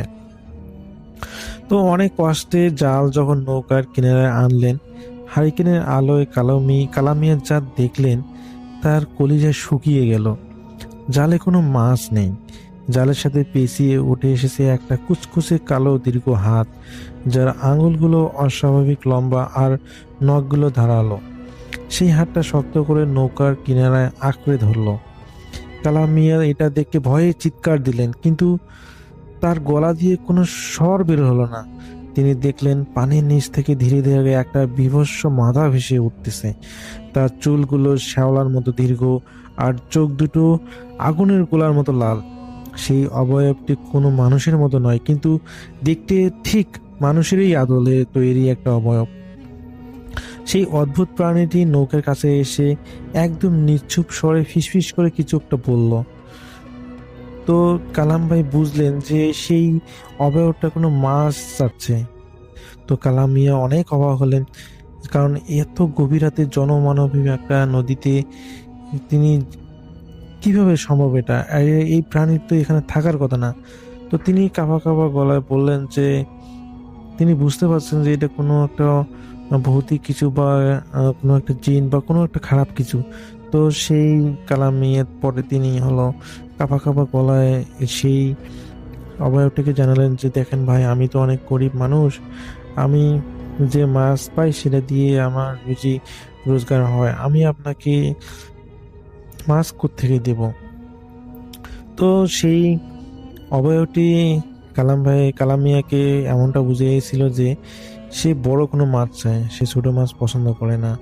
তো কালাম ভাইয়ের কথাটা শেষ হতে না হতে সেই প্রাণীটা হি হি করে হেসে দিল। মনে হয় যে কোনো মেয়েলি মানুষের মতো, একদম মেয়ে মানুষ যেরকম করে হাসি দেয় সেরকম করে একদম মানুষের মতো হাসি দিল, এবং সে একসাথে অনেকগুলো হাড় ভাঙার শব্দ করলো। তো প্রাণীটা নৌকার উপর একটা ভেজা থলে ফেলে দিল, বললো যে এই নেই তোর মাছ।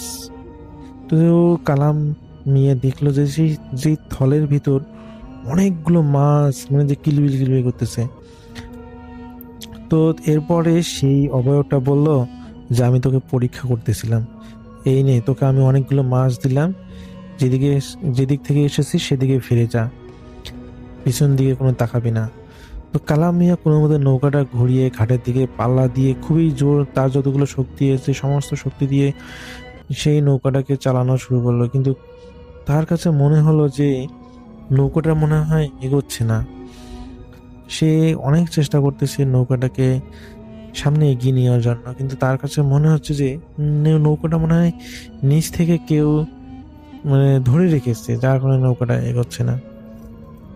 তো নৌকাটা যখন সে যা তার আরো শক্তি দিয়ে করতে যাচ্ছে, কোনোভাবে এগোচ্ছে না। এভাবে কতক্ষণ সে নৌকা চালিয়েছে সে জানে না, এবং তার কাছে একটা স্বস্তির নিঃশ্বাস থাকে যে নৌকার মধ্যে সেই মাছগুলো এখনো আছে, অনেকগুলো মাছ সে পেয়েছে আজকে। তো এটা দেখে তার খুশি লাগতেছিল, কিন্তু যখন আবার সে পিছনের অবয়বটার কথা মনে পড়ে, তখন তখন তার মানে ভয়েই শরীর কাঁপতেছিল। সে এত পরিমাণ দাঁড় বাইতেছিল নৌকাতে, কিন্তু কোনোভাবেই সেই নৌকাটা এগোচ্ছিল না। এক সময় সকালের যে ফজরের আজান দেয় মাইকে, দূরবর্তী মসজিদ থেকে মাইকের আজান ভেসে আসে। এরপর সে অনুভব করে, তখন চারিদিকে একটু ফর্সা হতে শুরু করে, মানে হালকা আলো ফুটে ওঠে, এবং চতুর্দিকে যখন সে দেখে, সে এতটাই বিস্তৃত হয়ে যায়, সে নদীর কোনো কিনারায় নয়, সে নদীর থেকে এতটাও ভিতরে গভীরে সে আসে, দুই পাশে শুধু পানি আর পানি দেখা যাচ্ছে। তাই সে কখনো মানে সে ঠাই করতে পারতেছে না কত ভিতরে সে নদীর ভিতরে চলে এসেছে। তো এরপর সে যখন আজান দিল, আজান শোনার পর তখন সে অনুভব করলো তার নৌকাটা আগের মতো আর ভারী লাগতেছে না, এখন নৌকাটা যেদিকে চাচ্ছে সেদিকে নিয়ে যাওয়া যাচ্ছে। তো এরপর সে অনেক কষ্ট করে সে নদীর পাড়ে আসে, এবং সকালবেলা যারা মাওয়া ঘাটে মাছ ধরতে আসে যে জেলেরা, তারা তো কালাম মিয়া খেতে অবাক যে কালাম মিয়া এত সকালে মাছ ধরতে এসেছে। তো কালাম মিয়া যখন নৌকাটা নিয়ে ঘাটের মধ্যে আসে, সে ঘাটে এসেই সে বলে যে তার যে সহযোগী বা যারা জেলে আছে তাদেরকে বলে যে দেখ আজকে আমি অনেক মাছ পেয়েছি, তাদেরকে বলার চেষ্টা করে। যখন সেই সমস্ত জেলেরা এসে তার নৌকাতে দেখার চেষ্টা করে যে আসলে দেখি কতগুলো মাছ পেয়েছে, দেখে যে তার নৌকাতে কোনো মাছ নেই। তো সেই জেলেরা বলে যে কই মাছ তো আমরা দেখতে পাচ্ছি না। তো কালাম মিয়া চিন্তা করলো যে কি বলে। পরে সে যখন পিছনে তাকিয়ে সে নৌকার থলে এবং নৌকাতে সে যে মাছগুলো ধরছিল দেখে যে সেখানে কোনো থলে বা কোনো ধরনের মাছ নেই। এটা দেখে তো কালাম মিয়া তার জ্ঞান ধরে রাখতে পারে না, এটা কি হচ্ছে, এটা কি কেমনে সম্ভব। সে সেন্সলেস হয়ে সেখানে পড়ে যায়, এবং পরবর্তীতে সেখানকার জেলেরা তাকে ধরাধরি করে বাসায় নিয়ে যায়, এবং বাসায় নিয়ে যাওয়ার পর তাকে যখন সুস্থ করা হয়, তো সুস্থ করার পর তখন তাকে জিজ্ঞেস করা হয় যে কি সমস্যা হয়েছিল, কেন সে সেন্সলেস জ্ঞান হারিয়ে ফেলেছে। তো এরপরে সে বলে যে এরকম মানে সে মাওয়া যে ঘটনা ঘটেছিল সেদিনের ঘটনাগুলো বলে। তো সেখান থেকে আমার আসলে যে কলিগ সেই ঘটনাটা জানতে পারে। তো সেই গ্রামে বিশেষ করে মামাঘাটের ওই জেলের আশেপাশের পরিবারের লোকজন সবাই এগুলো জানে যে রাত্রের বেলা এই ধরনের একটা ঘটনা ঘটেছিল, এর একটা বাস্তব ঘটনা সে দাবি করেছে। তো রাসেল ভাই, এই ছিল ঘটনা। আমি জানি না ঘটনাটা কতটুকু গুছিয়ে বলতে পেরেছি, আমি চেষ্টা করেছি তার মতো করে আপনাদেরকে গুছিয়ে বলার। যদি ভুল হয়তো ক্ষমা সুন্দর দৃষ্টিতে দেখবেন। তো ভালো থাকবেন, সুস্থ থাকবেন, এই প্রত্যাশায় আমি চেষ্টা করবো পরবর্তীতে নতুন কোনো ঘটনা নিয়ে আসতে। আল্লাহ হাফেজ।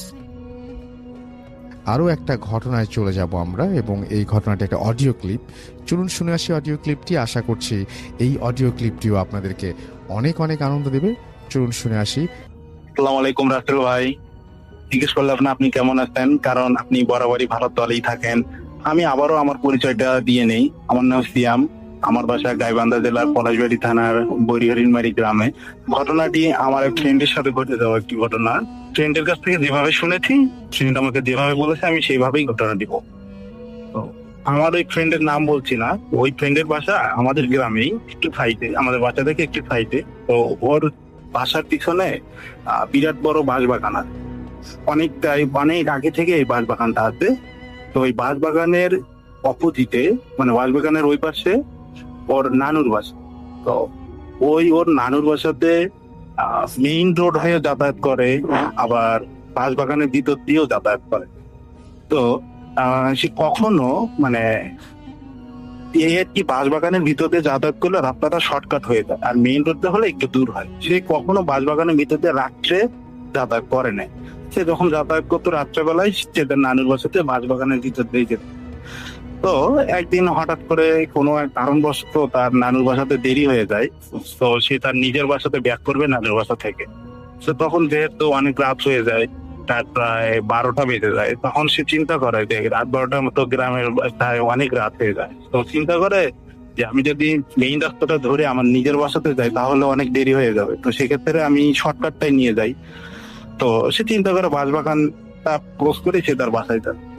তখন সে তার বাঁশবাগানের ভিতর দিয়ে যাওয়ার চিন্তাটাই করে। তো অলরেডি সে নানুর বাসা থেকে প্রায় রাত 12টা বাজে, তখন সে নানুর বাসা থেকে বের হয়। বের হয়ে বাঁশবাগানের ভিতর দিয়ে তার নিজের বাসাতে আসে। সে মনে কোনো রকম ভয় ভীতি ছিল না, কারণ তার সাথে কখনো কোনো কিছু ঘটে নাই, আর সে কখনো এই বাঁশবাগানের ভিতরে অলৌকিক কিছু ফেস করে নাই। তো যার কারণে তার মনে কোনো ভয় ছিল না। সে আসে ভালোভাবে বাঁশবাগানের ভিতর দিয়ে ক্রস করতে ধরে। ঠিক যখন সে বাঁশবাগানের ভিতরে আসে তখন সে দেখতে পারে যে হঠাৎ করে একটা বাস তার সামনে ঝুঁকে পড়ে, মানে এমনিতে হেলে আসে। মনে হচ্ছে যে বাসটা ছিল হঠাৎ করে তার সামনে পড়ে গেল, অটোমেটিক্যালি বাসটা পড়ে যায় তার সামনে। যখন বাসটা তার সামনে পড়ে যায় আহ তখন সে একটু ভয় পায়, কি ব্যাপার, মানুষ নাই এখানে, কেউ নাই, বা এখানে কোনো ঝড়ও হচ্ছে না, কোনো কিছুই হচ্ছে না, অটোমেটিক্যালি কেন বাসটা আমার সামনে পড়ে গেল।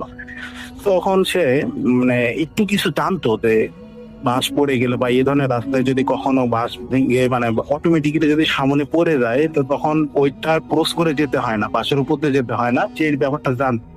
তো তখন সে ওখানে দাঁড়ায় থাকে, দাঁড়ায় থেকে চোখ বন্ধ করে মানে যা পারে সুরে ডুরে যা পড়তে থাকে পড়ার পরে দেখে যে কিছুক্ষণ পরে চোখটা মানে নিজে খোলার পর দেখে বাসটা অটোমেটিক্যালি আবার উঠে গেছে। তো তখন সে ওই বাসটা উঠে যাওয়ার পরে ওই রাস্তাটা ভালোভাবে বাসে চলে যায়। তো ব্যাপারটা সে বেশি ভয়ও করে না আর কি, নর্মাল ভাবে নেই, সে কারো সে আরো করে না। তো কিভাবে বাসায় যায়। আবার দ্বিতীয় দিন সে আবার যখন তার নানুর বাসাতে যায়, নানুর বাসা থেকে আবার কি ব্যাপার ঘটে যায় তার সাথে। সে আবার রাত হয়ে যায়, অনেক রাত হয়ে যায়, সে আবারও ওই রাস্তাটা দিয়েই তার নিজের বাসায় ব্যাক করতে পারে। ওই বাঁশবাগানের ভিতর দিয়ে সে তার নিজের বাসায় আসবে। তো যখন সে দ্বিতীয় রাত্রেবেলায় ঠিক একই সময়ে তার বাঁশবাগানের ভিতর দিয়ে আসতে ধরে, তখন ঠিক ওই জায়গাতে দিয়ে এসে দেখে যে তার সামনে একটা লাশ আছে, লাশ পড়ে আছে। লাশ সে কিভাবে বুঝতে পারে, যে দেখে যে নর্মালি একটা লাশ যখন মানে একটা মানুষ যখন মারা যায়, মারা যাওয়ার পরে যখন তাকে সাদা কাপড় দিয়ে মোড়ানো হয়, ঠিক ওই অবস্থাতে একটা লাশটা সামনে পড়ে আছে। তো এবার সে আর সাহসিকতার পরিচয় দিতে পারে না, এই ব্যাপারটাতে অনেক ভয় পায়, কারণ এত রাত্রে এই বাঁশবাগানের ভিতর লাশ কি করে আসবে, এখানে আশেপাশে কাউকে দেখাই যাচ্ছে না, তাও আবার রাত প্রায় মধ্যরাত, এত রাতে তো গ্রামে অনেক মানে সুমসাম একটা পরিবেশ, নীরবতার মানে বিরাজ করে। তো এই অবস্থাতে এখানে লাশ কি করে আসবে, এটা সে আসলে মেনে নিতে পারে না। সে এবার সে কোন রকম সাহসিকতার পরিচয় দিতে না পেরে সে অনেক ভয় পায়। ভয় পেয়ে সে আর লাশটা অতিক্রম করে সে নিজের বাসায় যাবে এই সাহসটা পায় না। সে লাশটা দেখে পিছন দিক দিয়ে সে ভয়ে দৌড়তে সে তার নানুর বাসাতেই যায়। নানুর বাসাতে যাওয়ার পরে সে অনেকটা ভয় পায়, যে মানে তবুও তার নানুর বাসার কাউকে ঘটনাটা প্রকাশ করে না। সে জাস্ট বলে যে আমার আর বাসায় যেতে, আমাকে আর বাসায় যেতে ইচ্ছে করতেছে না, আমার ভালো লাগতেছে না, আমি আর বাসায় যাবো না, আমি আজকে রাতটা আমার এখানেই থেকে যাবো। তো সে ঘটনা কাউকে শেয়ার করে না, ভালোভাবেই সে রাতটা তার নানুর বাসাতে থাকে। তো সকালবেলা সে চিন্তা করে যে আমি আজও দিনের বেলায় আমি আমার নিজের বাসায় যাবো না, আমি আজও আমি আমার নানুর বাসাতেই থাকবো, কারণ আমি এর সাথে রাত্রে যে ঘটনাটা ঘটে গেল আমি ঠিক ওই সময়ে আবার ওই দিক দিয়ে যাবো, দেখে আমার সাথে কি ঘটে। সে গেল রাত্রে ভয় পাইছিল, বাট তারপরে সে আজ আবার চিন্তা করে যে আমি আগে দেখতে চাই ঘটনাটা কি, কেন আমার সাথে এরকম ঘটলো, একদিন বাস পড়ে গেল আমার সামনে, আবার একদিন লাশ দেখতে পেলাম, আসলে কেন এরকম আমার সাথে ঘটতে। তো সে চিন্তা করে যে আজকে রাত্রে সে নানুর বাসাতে থাকবে, মধ্যরাতের দিকে সে আবার নানুর বাসা থেকে বের হয়ে নিজের বাসার উদ্দেশ্যে রওনা দিবে, তাও আবার ওই শর্টকাট রাস্তাটা দিয়ে বাঁশবাগানের ভিতর দিয়ে। সে মেইন রাস্তা হয়ে আজও বের হবেন, যে ওই বাঁশবাগানের ভিতর দিয়েই বের হবে, মানে বাঁশবাগানের ভিতর দিয়ে তার নিজের বাসাতে আসবে। তো সে দেখতে চায় আর কি যে তার সাথে আরো কিছু ঘটনা ঘটে কিনা, সেটা আর কি নিজে একটু আর একবার এর ভিতরে ঢুকতে যাচ্ছে। তো আসলে ব্যাপারটা সে বুঝতে চায় যে কেন এমনটা হচ্ছে তার সাথে, তৃতীয় দিনে তার সাথে এমনটা ঘটবে কিনা, মানে তৃতীয় রাত্রে। তো সে অপেক্ষা করতে থাকে, যখন মধ্যরাত হয়ে যায় সে আবার তার নানুর বাসা থেকে বের হয়, মেইন রাস্তা দিয়ে না ধরে আবার ওই বাঁশবাগানের ভিতর দিয়ে সে আবার বের হয়। বের হওয়ার পরে ঠিক যখন বাঁশবাগানের ওই জায়গাটাতে আসে, তখন সে এবার এসে দেখতে পায় যে মানুষ বললে ভুল হবে, যে মানুষের মতোই, মানুষের মতো এরকম নর্মাল আকৃতির না, মানুষের থেকে অনেক বিশাল আকৃতির এক মানুষ। মানুষ বললে ভুল হবে, যে বিশাল আকৃতির এক দেহ।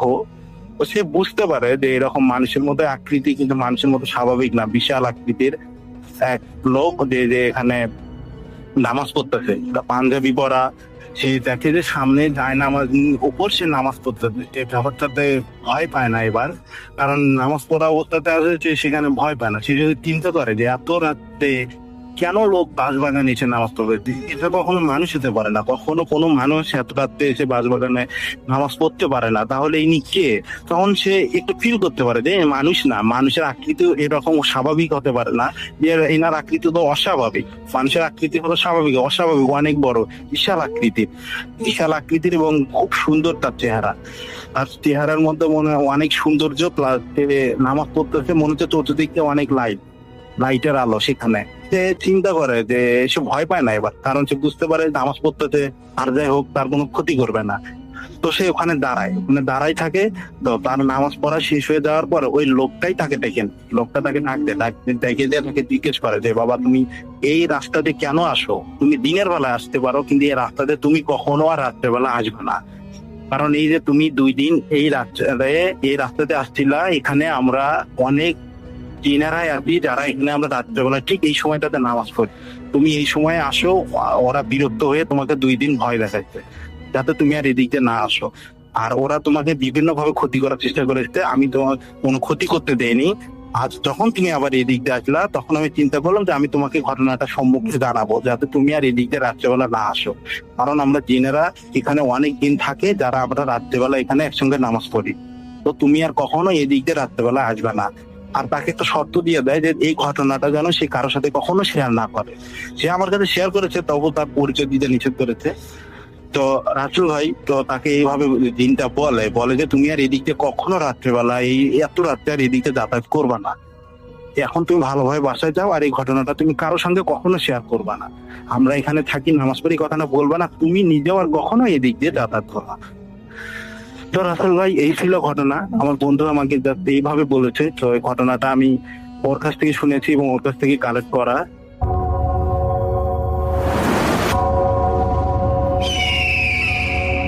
Welcome back. আপনাদের সবাইকে স্বাগত জানাই আমি রাসেল। আশা করছি আপনারা সবাই ভালো আছেন, ভালোর তলে আছেন। আমিও ভালো আছি আর ভালোর তলে আছি। চলে যাব আরও একটি ঘটনায়। যদি ভালো লাগে সাথে থাকবেন। আসসালামু আলাইকুম, আমি শাওন। আজকে আমি আপনাদের সাথে যার ঘটনা শেয়ার করব তার নাম আসিফ মোল্লা ভাই। এই ঘটনাটি সীমার। 2016 সালের দিকে সীমার বিয়ে হয়ে যায়। বিয়ে হওয়ার পর তার জীবন খুব সুন্দরভাবে কাটছিল। সীমার শ্বশুর বাড়ি তার বাবার বাড়ি থেকে 3 কিলোমিটারের দূরত্বে। তার স্বামী সরকারি চাকরিজীবী এবং তিনি খুবই ভালো একজন মানুষ। সীমার জীবন খুব সুন্দরভাবেই কাটছিল। 2017 সালের প্রথম দিকে তারা ঘুরতে বেরোয়। তারা চলে যায় কক্সবাজার। সেখানে তারা 2 রাত থাকে। পরদিন সন্ধেবেলা তারা চলে আসে বান্দরবান আসার পর তারা খুব ধারে কাছে একটা রিসোর্ট খুঁজে সেখানে উঠে যায়। রিসোর্টটি তাদের ভালো লাগে না। তারা সে রাত সেখানে থাকে। পরদিন সকালবেলায় তারা আরেকটি সুন্দর রিসোর্টে চলে যায়। সকালটা সেখানে কাটাবার পর দুপুরে খাবার শেষ করে তারা ঘুরতে বেরোয়। তারা ঘুরতে যায় বান্দরবানের খুব পরিচিত একটা পাহাড়ে। সীমা এবং সীমার হাজবেন্ডের সময় খুব সুন্দর কাটছিল। সন্ধ্যাবেলার দিকে তারা যখন সে পাহাড় থেকে চলে আসবে এবং তারা যখন নামছিল, তখন সীমা দেখতে পায় পাহাড়ের একটা পাশে জঙ্গলের মতো একটা জায়গা এবং সেখানে খুব সুন্দর গাছপালা। সীমা ছোটবেলা থেকেই গাছপালার প্রতি ঝোঁক। সে খুব খুশি হয়ে যায়। সে তার হাজবেন্ডকে বলে যাতে সে তাকে কিছু ছবি তুলে দেয়। তখন সীমা গিয়ে সেই জঙ্গলের মতো জায়গাটায় গিয়ে দাঁড়ায় এবং তার হাজবেন্ড তার ছবি তুলতে থাকে। সে যখন ছবি তুলছিল, অর্থাৎ সীমা যখন ছবি তুলছিল, তখন তার মুড খুব ভালো ছিল। সে প্রত্যেকটা মুহূর্তে এনজয় করছিল। কিন্তু যখনই ছবি তোলা শেষ হয় এবং তারা যখন পাহাড় থেকে নামা শুরু করে, তখন সীমার হাজবেন্ড একটা বিষয় লক্ষ্য করেন। তিনি লক্ষ্য করেন তার স্ত্রীর মুড অফ। এটা তিনি লক্ষ্য করার পর তিনি যখন তার স্ত্রীকে জিজ্ঞেস করেন যে কি কোনো সমস্যা, তার স্ত্রী বলে যে না, কোনো সমস্যা না। কিন্তু তিনি বুঝতে পারছেন কোন একটা কারণে তার স্ত্রী বিচলিত। তিনি তার স্ত্রীকে ঘাটান না। সেদিন তারা চলে আসেন তাদের রিসোর্টে, এবং আসার পরও সীমা কোনো কথা বলছিল না। তাই সীমার হাজবেন্ড সীমাকে আর এই বিষয়ে কিছু জিজ্ঞেস করেন না। তারা রাতের খাওয়ার পর ঘুমিয়ে পড়েন। রাত তখন 3টার মতো বাজে। সীমার হাজবেন্ডের ঘুম ভেঙে যায়। তার ঘুম ভেঙে যায় গুনগুন গুনগুন একটা শব্দে। তিনি ঘুম ভেঙে উঠে যা দেখেন তা দেখে তিনি স্তব্ধ হয়ে যান। তিনি দেখেন তার স্ত্রী ফ্লোরে বসে আছে, তার চুলগুলো সামনের দিকে ঝোলানো, এবং তিনি বসে বসে তার হাতের আঙ্গুল দিয়ে ফ্লোরে কি জানি করছেন বা কিছু আঁকার চেষ্টা করছেন। এই দৃশ্যটা দেখার পর সীমার হাজবেন্ড কোনো শব্দ করেন না। তিনি চুপচাপ তার বিছানায় উঠে বসেন এবং উকি দিয়ে দেখার চেষ্টা করেন যে তার স্ত্রী ফ্লোরে কি আঁকছে। তিনি দেখেন সেখানে কিচ্ছু নেই। তখন তিনি উঠে গিয়ে তার স্ত্রীকে ধরেন। তার স্ত্রীকে ধরার পর তিনি বুঝতে পারেন তার স্ত্রীর শরীরে প্রচন্ড জ্বর। তিনি খুব অবাক হয়ে যান এবং তিনি বুঝতে পারেন যে হয়তো জ্বরের ঘোরে তার স্ত্রী এই ধরনের আচরণ করছে। তিনি দ্রুত তার স্ত্রীকে বাথরুমে নিয়ে যান মাথায় পানি দেওয়ার জন্য, কিন্তু তার স্ত্রী কিছুতেই মাথায় পানি দেবে না। এক পর্যায়ে সীমার হাজবেন্ড ক্ষান্ত দেয় এবং সে তার স্ত্রীকে এনে বিছানায় শোয়ায়। বিছানায় শোয়ার পরও তার স্ত্রী বিভিন্ন ধরনের কথা বলছিল। তখন সীমার হাজবেন্ডের একটা সন্দেহ হয়।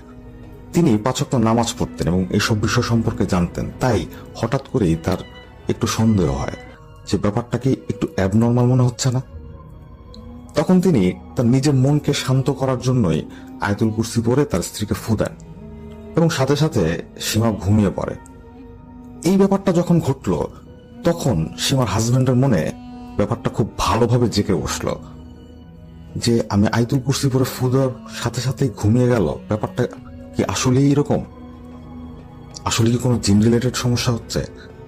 তিনি একটু কনসার্ন হয়ে যান। এরপর সে রাতটা নির্বিঘ্নেই তাদের কেটে যায়। পরদিন সকালবেলা তারা যখন ঘুম থেকে ওঠে তখন সীমা আবার আগের মতোই হাস্যোজ্জ্বল। তখন সীমার হাজবেন্ড গত রাতের ঘটনাকে একটা বিচ্ছিন্ন ঘটনা মনে করে ভুলে যান। সেদিন রাতের বেলা আবার সীমা সেই আগের স্টেটে চলে যায়, অর্থাৎ সে একেবারেই চুপ হয়ে যায়। ব্যাপারটা সীমার হাজবেন্ডের কাছে ভালো লাগছিল না। রাত 11টার দিকে হঠাৎ করেই সীমার হাজবেন্ড লক্ষ্য করেন তার স্ত্রী তার বিছানার পাশে যে জানালাটা, সেই জানালার পর্দাটা সরিয়ে কিছু কথা বলছেন। এই ব্যাপারটা দেখার পর সীমার হাজবেন্ড উঠে গিয়ে সীমাকে ধরে এবং ধরার পর সীমা হঠাৎ করে ক্ষেপে যায় এবং সে তার হাজবেন্ডকে গালাগালি শুরু করে। ব্যাপারটা এতই বেড়ে যায় যে আশেপাশের রুমের লোকজন চলে আসে। তখন সীমার হাজবেন্ড আশেপাশের লোকজনকে বোঝায় যে তার স্ত্রী অসুস্থ। এরপর সীমার হাজবেন্ড তার স্ত্রীকে কিছু সূরা পড়ে ফু দেন, কিছু পানি পড়া খাওয়ান। তিনি এই বিষয় সম্পর্কে জানতেন, হালকা পাতলা তার কিছু জ্ঞান ছিল এই বিষয়ে। তো তিনি দেখতে পান তার স্ত্রী ধীরে ধীরে শুয়ে পড়ল এবং ঘুমিয়ে গেল। ঠিক তখনই তিনি তার শাশুড়িকে ফোন দেন, অর্থাৎ সীমার হাজবেন্ড সীমার মাকে ফোন দেয়। ফোন দেওয়ার পর সীমার হাজবেন্ড বলে যে আপনার মেয়ের সাথে তো এরকম কিছু সমস্যা হচ্ছে বলে আমার মনে হয়। তখন সীমার মা ব্যাপারটা হয়তো বুঝতে পারেন এবং তিনি বলেন যে তুমি আগামীকাল ভোরবেলায় চলে আসো। পরদিন সকালবেলা সীমার হাজবেন্ড যখন সীমাকে বলে যে চলো আমরা আজকে চলে যাব, তখন সীমা যেতে চায় না। সে বলে ভালোই তো লাগছে, 2-3 দিন থেকে যাই। কিন্তু সীমার হাজবেন্ড জোরাজোরি করে তাকে নিয়ে বাসে চড়ে বসে এবং সে সরাসরি এসে ওঠে তার শ্বশুর বাড়ি, অর্থাৎ সীমাদের বাড়িতে। সীমার হাজবেন্ড তখন সীমার মাকে পুরো ঘটনাটা খুলে বলে। তখন সীমার মা বলে যে তার সাথেও এরকম একটা সমস্যা হয়েছিল। সীমা যখন তার পেটে ছিল তখন তাকেও এরকম একটা জিন পজেস্ট করেছিল কিছুদিনের জন্য। হতে পারে এটা ওটার কোনো এফেক্ট। তখন সীমার হাজবেন্ড চিন্তা করে যে হতেও পারে, কিন্তু সীমার হাজবেন্ড একটা ভয় পাচ্ছিল, সেটা হচ্ছে তিনি তার ফ্যামিলিকে জানাতে পারবেন না, কারণ তার ফ্যামিলি এসব বিষয় বিশ্বাস করে না। তাই সীমার হাজবেন্ড তার শ্বশুরবাড়ির সাথে মিলে তার স্ত্রীকে ভালো করার জন্য উঠে পড়ে লাগে। বিভিন্ন ঝাড়ফুঁক, বিভিন্ন হুজুর দেখানো হয়, কিন্তু তারপরও কোনো কিছুর সুরাহা হচ্ছিল না। সীমার পাগলামি বেড়ে যাচ্ছিল। এরপর এক হুজুরের কিছু তদবিরের পর এক পর্যায়ে সীমা কিছুটা শান্ত হয়। কিন্তু সীমার একটা সমস্যা প্রতিদিন হতো। সেটা হচ্ছে প্রত্যেক রাতে সে খুব ভয়ানক কিছু স্বপ্ন দেখে ঘুম থেকে উঠে যেত, এবং আশ্চর্যের বিষয় হচ্ছে ঘুম থেকে ওঠার পর সে কি দেখেছে স্বপ্নে সেটা সে মনে করতে পারত না। এটা প্রায় প্রত্যেক রাতেই ঘটা শুরু হলো। সবাই অস্থির হয়ে পড়ে। এরপর আবারও কিছু হুজুর দেখাবার পর সীমার এই সিমটমস কিছুটা কমে। এরপর হঠাৎ করেই তাদের জীবনে একটা সুসংবাদ আসে। সীমা কনসিভ করে।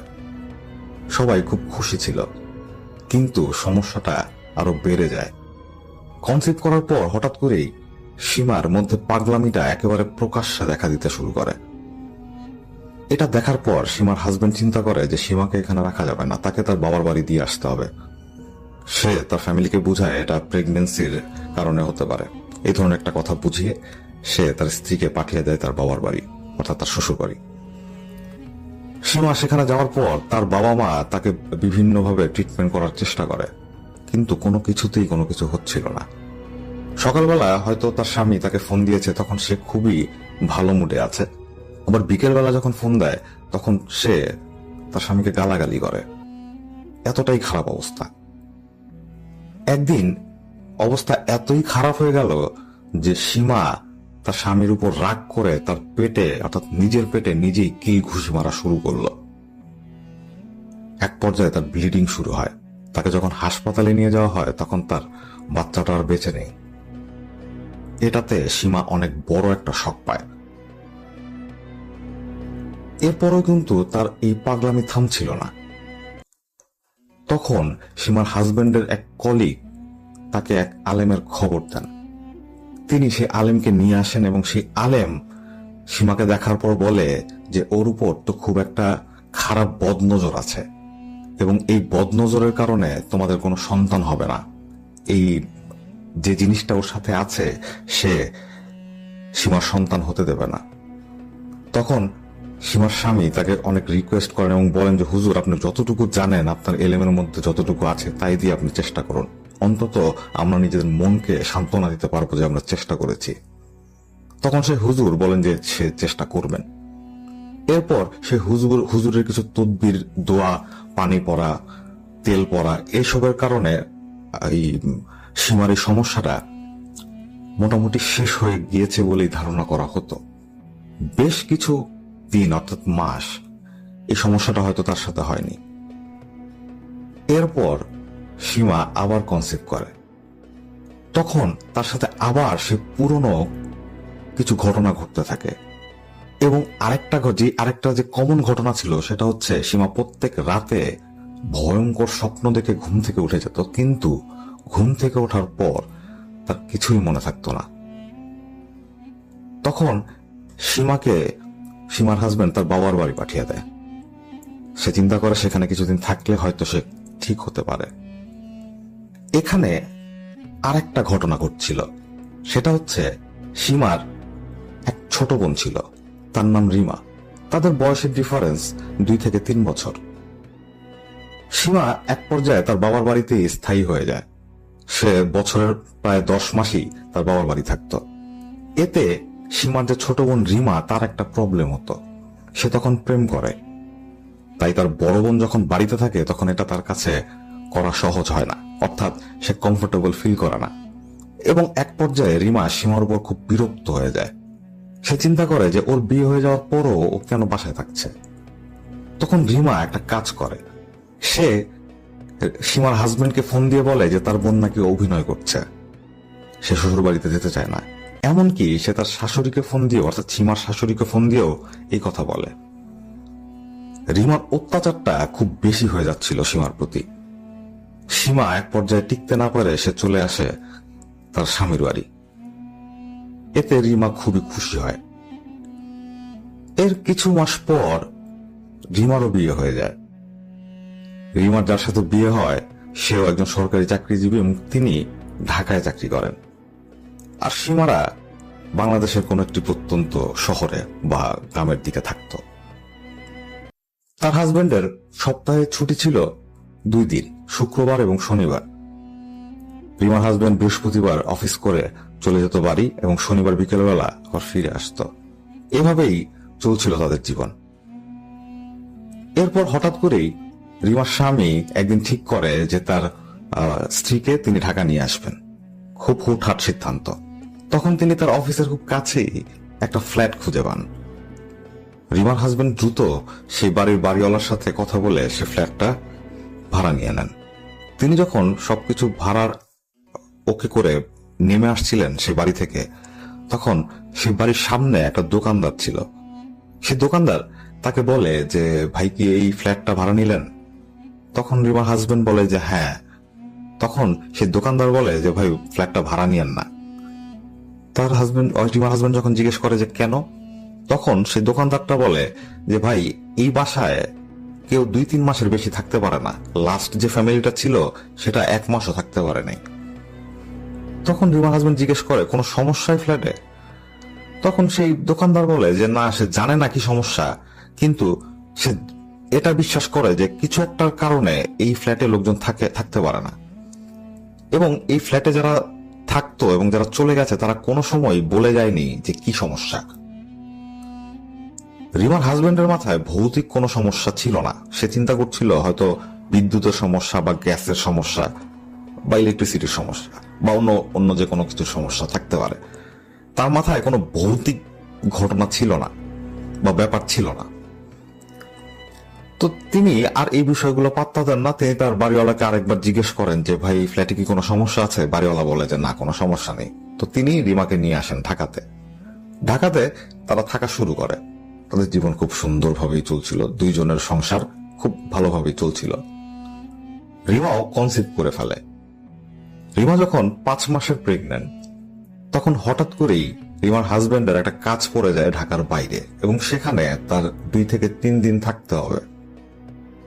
তখন রিমার হাজবেন্ড রিমাকে বলে যে আমি কি তোমার মাকে নিয়ে আসবো? কয়েকদিন তোমার সাথে থাকলো, এরপর আবার তাকে বাড়ি দিয়ে আসলাম, বাসায় দিয়ে আসলাম। তখন রিমা বলে যে না, মাকে কষ্ট করে আনার দরকার নেই, আমি এই কয়েকটা দিন থাকতে পারবো। তো রিমার হাজবেন্ডও চিন্তা করে যে না, রিমা মোটামুটি সাহসী মেয়ে, সে থাকতে পারবে। তো পরদিন রিমার হাজবেন্ড চলে যায়। সেদিন সন্ধ্যাবেলা তার হাজবেন্ড সে তার গন্তব্যস্থলে পৌঁছায়। এই বিষয়ে রিমার সাথে তার কথা হয়। এরপর রাতের বেলার দিকে, অর্থাৎ 12টা, 12:30 দিকে আবার রিমার সাথে রিমার হাজবেন্ডের কথা হয়। এক পর্যায়ে রিমার হাজবেন্ড রিমাকে বলে যে তুমি হয়তো একটু অসুস্থ, তোমাকে ক্লান্ত মনে হচ্ছে, তুমি ঘুমিয়ে যাও। তো রিমা ফোন রেখে ঘুমিয়ে পড়ে।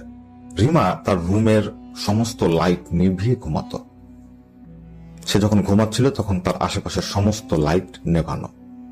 হঠাৎ করেই তার ঘুম ভেঙে যায়। তার চোখে আলো পড়েছে। সে যখন চোখ খুলে তাকায় তখন সে দেখে যে তার বাথরুমের লাইট জ্বালানো।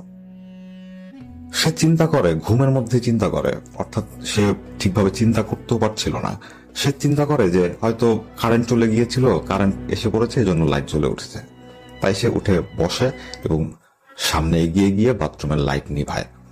এরপর বাথরুমের দরজাটা হালকা টান দিয়ে ভিড়িয়ে সে বিছানায় শুয়ে পড়ে। ঠিক যখন সে তার মাথাটা তার বালিশে রাখে তখন সে শুনতে পায় বাথরুমের ভেতরে কে জানি ঝর্ণাটা এইমাত্র ছাড়ল। এই শব্দটা শোনার পর ও একটু চমকে ওঠে।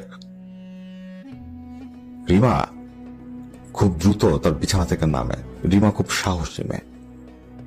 এসব সিচুয়েশনে সাধারণত সবাই একটু সময় নেয়, কিন্তু রিমা যখনই ঝর্ণার সে শব্দটা শুনতে পায় সে খুব দ্রুত বিছানা থেকে নামে এবং সে বাথরুমের দিকে হেঁটে যায়। বাথরুমের লাইট জ্বালায় এবং সে দেখছে যে তার চোখের সামনেই ঝর্ণা থেকে পানি পড়ছে। রিমা একটু অবাক হয়। সে চিন্তা করে পানির পাইপে কি কোনো সমস্যা, পানির লাইনে কোনো সমস্যা। সে সামনে এগিয়ে গিয়ে ঝর্ণাটা বন্ধ করে এবং সেখানে সে কিছুক্ষণ দাঁড়িয়ে থাকে, বোঝার চেষ্টা করে। এরপর সে আবার বাথরুমের লাইট অফ করে বিছানায় শুয়ে পড়ে। এরপর সে প্রায় ঘুমিয়ে গিয়েছিল। রাত 3টার দিকে হঠাৎ করেই তার ঘুম ভাঙে শ্বাসকষ্টে। সে শ্বাস নিতে পারছে না, তার নিঃশ্বাস বন্ধ হয়ে আসছে। সে যখন তার চোখ খুলে তাকায় তখন তার কাছে মনে হচ্ছিল তার আশেপাশের আবহাওয়াটা খুবই গুমোট। হঠাৎ কোত্থেকে জানি একটা আতঙ্ক তার ভেতর ভর করেছে। সে না চাইতেই তার চোখ চলে যায় তার রুমের সেই বাথরুমের দরজায়, এবং তখন সে যেটা দেখে সেটা হচ্ছে সেই অন্ধকারের মধ্যে বোঝা যাচ্ছে সেই বাথরুম থেকে একটা অবয়ব বের হলো, যে খুবই শুকনো। এতই শুকনো সে যে তার কাছে মনে হচ্ছে তার হাড়ের উপর জাস্ট চামড়াটা ঝোলানো। সে শুকনো অবয়বটা তার বাথরুমের পাশে রাখা যে সেলাই মেশিনটা ছিল তার পাশে গিয়ে দাঁড়ায়। এই দৃশ্য কিন্তু রিমা শুয়ে থেকে দেখছে, কিন্তু সে কোনো শব্দ করতে পারছে না। সে একেবারে বোবা হয়ে গিয়েছিল। সে শুধু তার 2 চোখ খুলে দেখছিল যে কি হচ্ছে। সে দেখতে পায় সে অবয়বটা সেই সেলাই মেশিনের পাশ থেকে হেঁটে তার সামনে দিয়ে বারান্দায় চলে যায়। রিমা বারান্দার দিকে তাকিয়েছিল, বারান্দার দরজার দিকে। তখনও সে কোনো শব্দ করতে পারছে না। হঠাৎ করে দেখতে পায় সেই অবয়বটা বারান্দা থেকে তার দিকে একটা উকি দিল, এবং সে উকি দিয়েই তার দিকেই তাকিয়ে আছে। এবং রিমা দেখছে তার ধবধবে 2টা চোখ। এরপর রিমার আর কিচ্ছু মনে নেই, সে হয়তো সেন্সলেস হয়ে গিয়েছিল। পরদিন সকালবেলা সে তার হাজবেন্ডকে এই কথা জানায়। তার হাজবেন্ড বিশ্বাস করে আবার করে না। এক পর্যায়ে তার হাজবেন্ড বলে যে আচ্ছা ঠিক আছে, আজকে রাতের বেলা ঘুমাবার সময় পাশের বাসার আন্টিকে নিয়ে এসো, তিনি তোমার সাথে থাকলে হয়তো তোমার ভয়টা কমবে। এবং রিমাও বুঝতে পারে যে আসলে এখন কিছু করার নেই, এই কাজটাই করতে হবে। তাই সেদিন দুপুর বেলায় সে তার পাশের বাসায় সে আন্টির কাছে যায় এবং পুরো ঘটনা খুলে বলে, এবং সে আন্টিকে রিকোয়েস্ট করে যে আন্টি আজকে রাতটা আপনি আমার সাথে থাকবেন। তখন সে আন্টি ব্যাপারটা বুঝতে পারেন এবং তিনি রিমার সাথে থাকার জন্য রাজি হন। সেদিন রাতের বেলা খাবার শেষে রিমা এবং আন্টি পাশাপাশি শুয়েছিলেন। রিমা ঘুমিয়ে গিয়েছিল, কিন্তু আন্টির ঘুম হচ্ছিল না। তার কাছে মনে হচ্ছে যে বিছানা চেঞ্জের কারণে হয়তো তার ঘুম হচ্ছে না। তিনি কিছুক্ষণ জিকির করলেন, নামাজ পড়লেন, এরপর তিনি শুয়ে পড়লেন। তিনি ঘুমাননি, তিনি জাস্ট শুয়ে আছেন। ঠিক তখনই তিনি দেখেন বাথরুম থেকে একটা লিকলিকে গড়নের কিছু একটা বের হয়ে আসলো, এসে দাঁড়িয়ে তার দিকে তাকিয়ে আছে। এবং আতঙ্কের বিষয় যেটা, সেটা হচ্ছে এই লিকলিকে জিনিসটা তার দিকে এগিয়ে আসছে। আন্টি চাচ্ছেন তিনি গলা ছেড়ে একটা ডাক দেবেন, কিন্তু তিনি কিচ্ছুই করতে পারছেন না। তিনি শুধু তার 2টা চোখ খুলে তাকিয়ে আছেন। তিনি দেখলেন সে অবয়বটা তার সামনে এসে দাঁড়ালো এবং ঝুঁকে তার দিকে তাকিয়ে আছে। এটা অনেকক্ষণ যাবৎ সহ্য করবার পর কোনো একটা সময়ে আন্টির গলা দিয়ে আল্লাহ একটা শব্দ বেরিয়ে যায়, এবং সাথে সাথে তিনি দেখেন সেই অবয়বটা এক দৌড়ে বারান্দায় চলে গেল। আন্টি দ্রুত বিছানায় উঠে বসেন এবং রিমাকে ঘুম থেকে ওঠান। ওঠাবার পর বলেন যে তুমি আগামীকালই তোমার বাড়ি চলে যাবে, এখানে তুমি থাকবা না, এই বাসাটা খুবই খারাপ। পরদিন সকালবেলা আন্টি রিমার হাজবেন্ডের সাথে কথা বলেন, পুরো ব্যাপারটা তিনি তাকে বলেন। তখন রিমার বাবা চলে আসে ঢাকায় এবং রিমাকে নিয়ে যায় তাদের বাড়িতে। রিমা যেদিন তার বাড়িতে পৌঁছাবার পর তার খুব ভালো লাগছিল।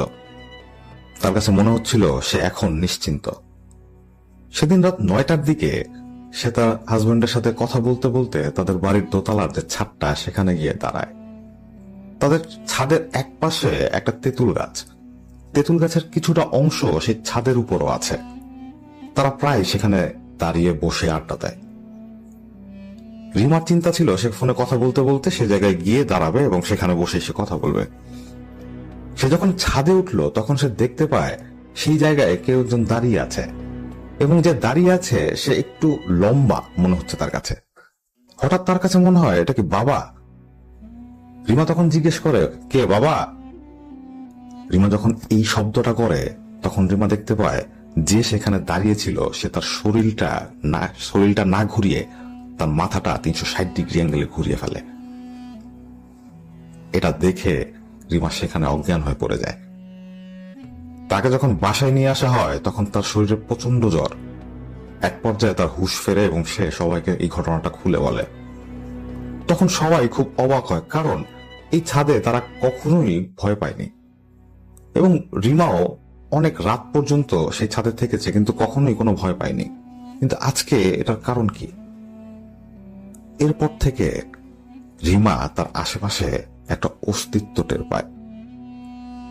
তখন হঠাৎ করেই রিমার মনে একটা অনুশোচনা বোধ কাজ করা শুরু করে।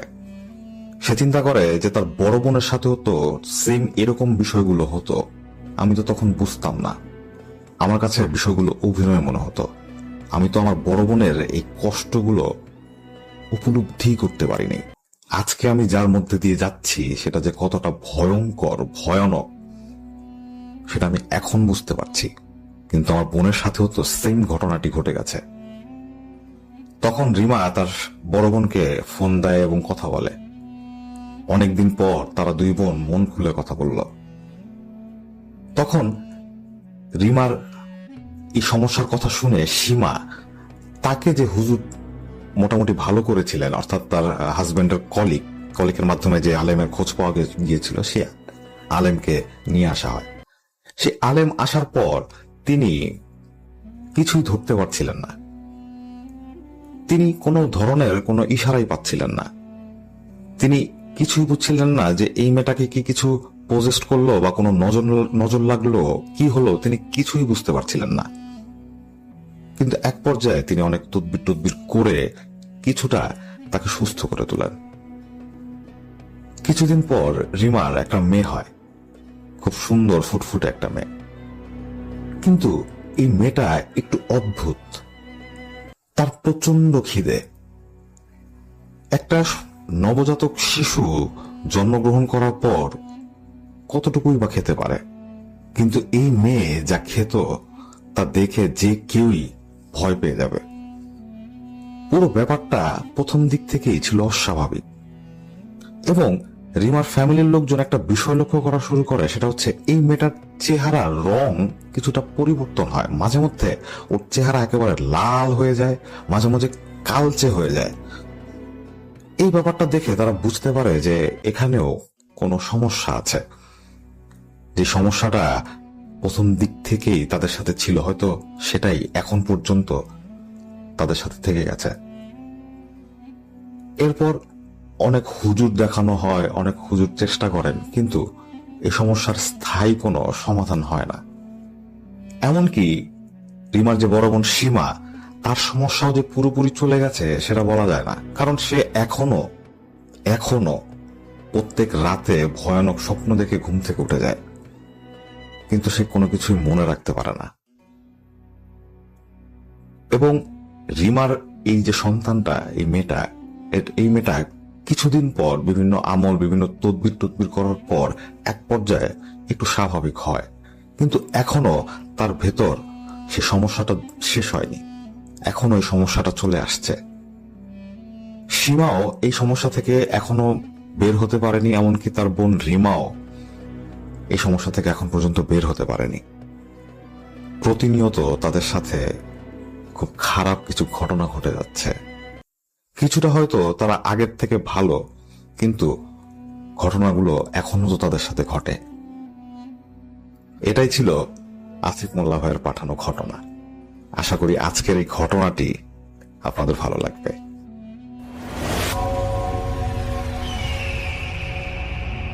হ্যালো লিসেনার্স, আশা করি ঘটনাগুলো আপনাদের ভালো লেগেছে। আমি চেষ্টা করেছি বাছাই করে ঘটনাগুলো আপনাদের মাঝে শেয়ার করার। আমি প্রতিদিনই ঘটনাগুলো বাছাই করে আপনাদের মাঝে একটি করে এপিসোড শেয়ার করার চেষ্টা করি। যদি আমার ঘটনাগুলো একটু ভালো লাগে তাহলে অবশ্যই এই চ্যানেলটি সাবস্ক্রাইব করবেন। আর আপনারা কোথা থেকে এই ঘটনাগুলো শুনতেছেন যদি আপনাদের ঠিকানাগুলো জানান তাহলে আমি অনেক কৃতজ্ঞ হব। তাহলে আমি বুঝতে পারবো যে আপনারা কোথা থেকে শুনতেছেন। এছাড়াও আপনাদের মাঝে যদি কোনো ঘটনা থেকে থাকে তাহলে অবশ্যই আমাদের ইমেলে দেওয়া ঠিকানায় ঘটনাটা পাঠাবেন। তাহলে নেক্সট এপিসোডে আপনার সেই ঘটনাটা আমরা রাসেল ভাইয়ের মাধ্যমে অথবা আমরা নিজেরা পড়ে শোনাবো। তো ভালো থাকবেন, সুস্থ থাকবেন এই প্রত্যাশায় আজকের মতো বিদায় নিচ্ছি। আল্লাহ হাফেজ।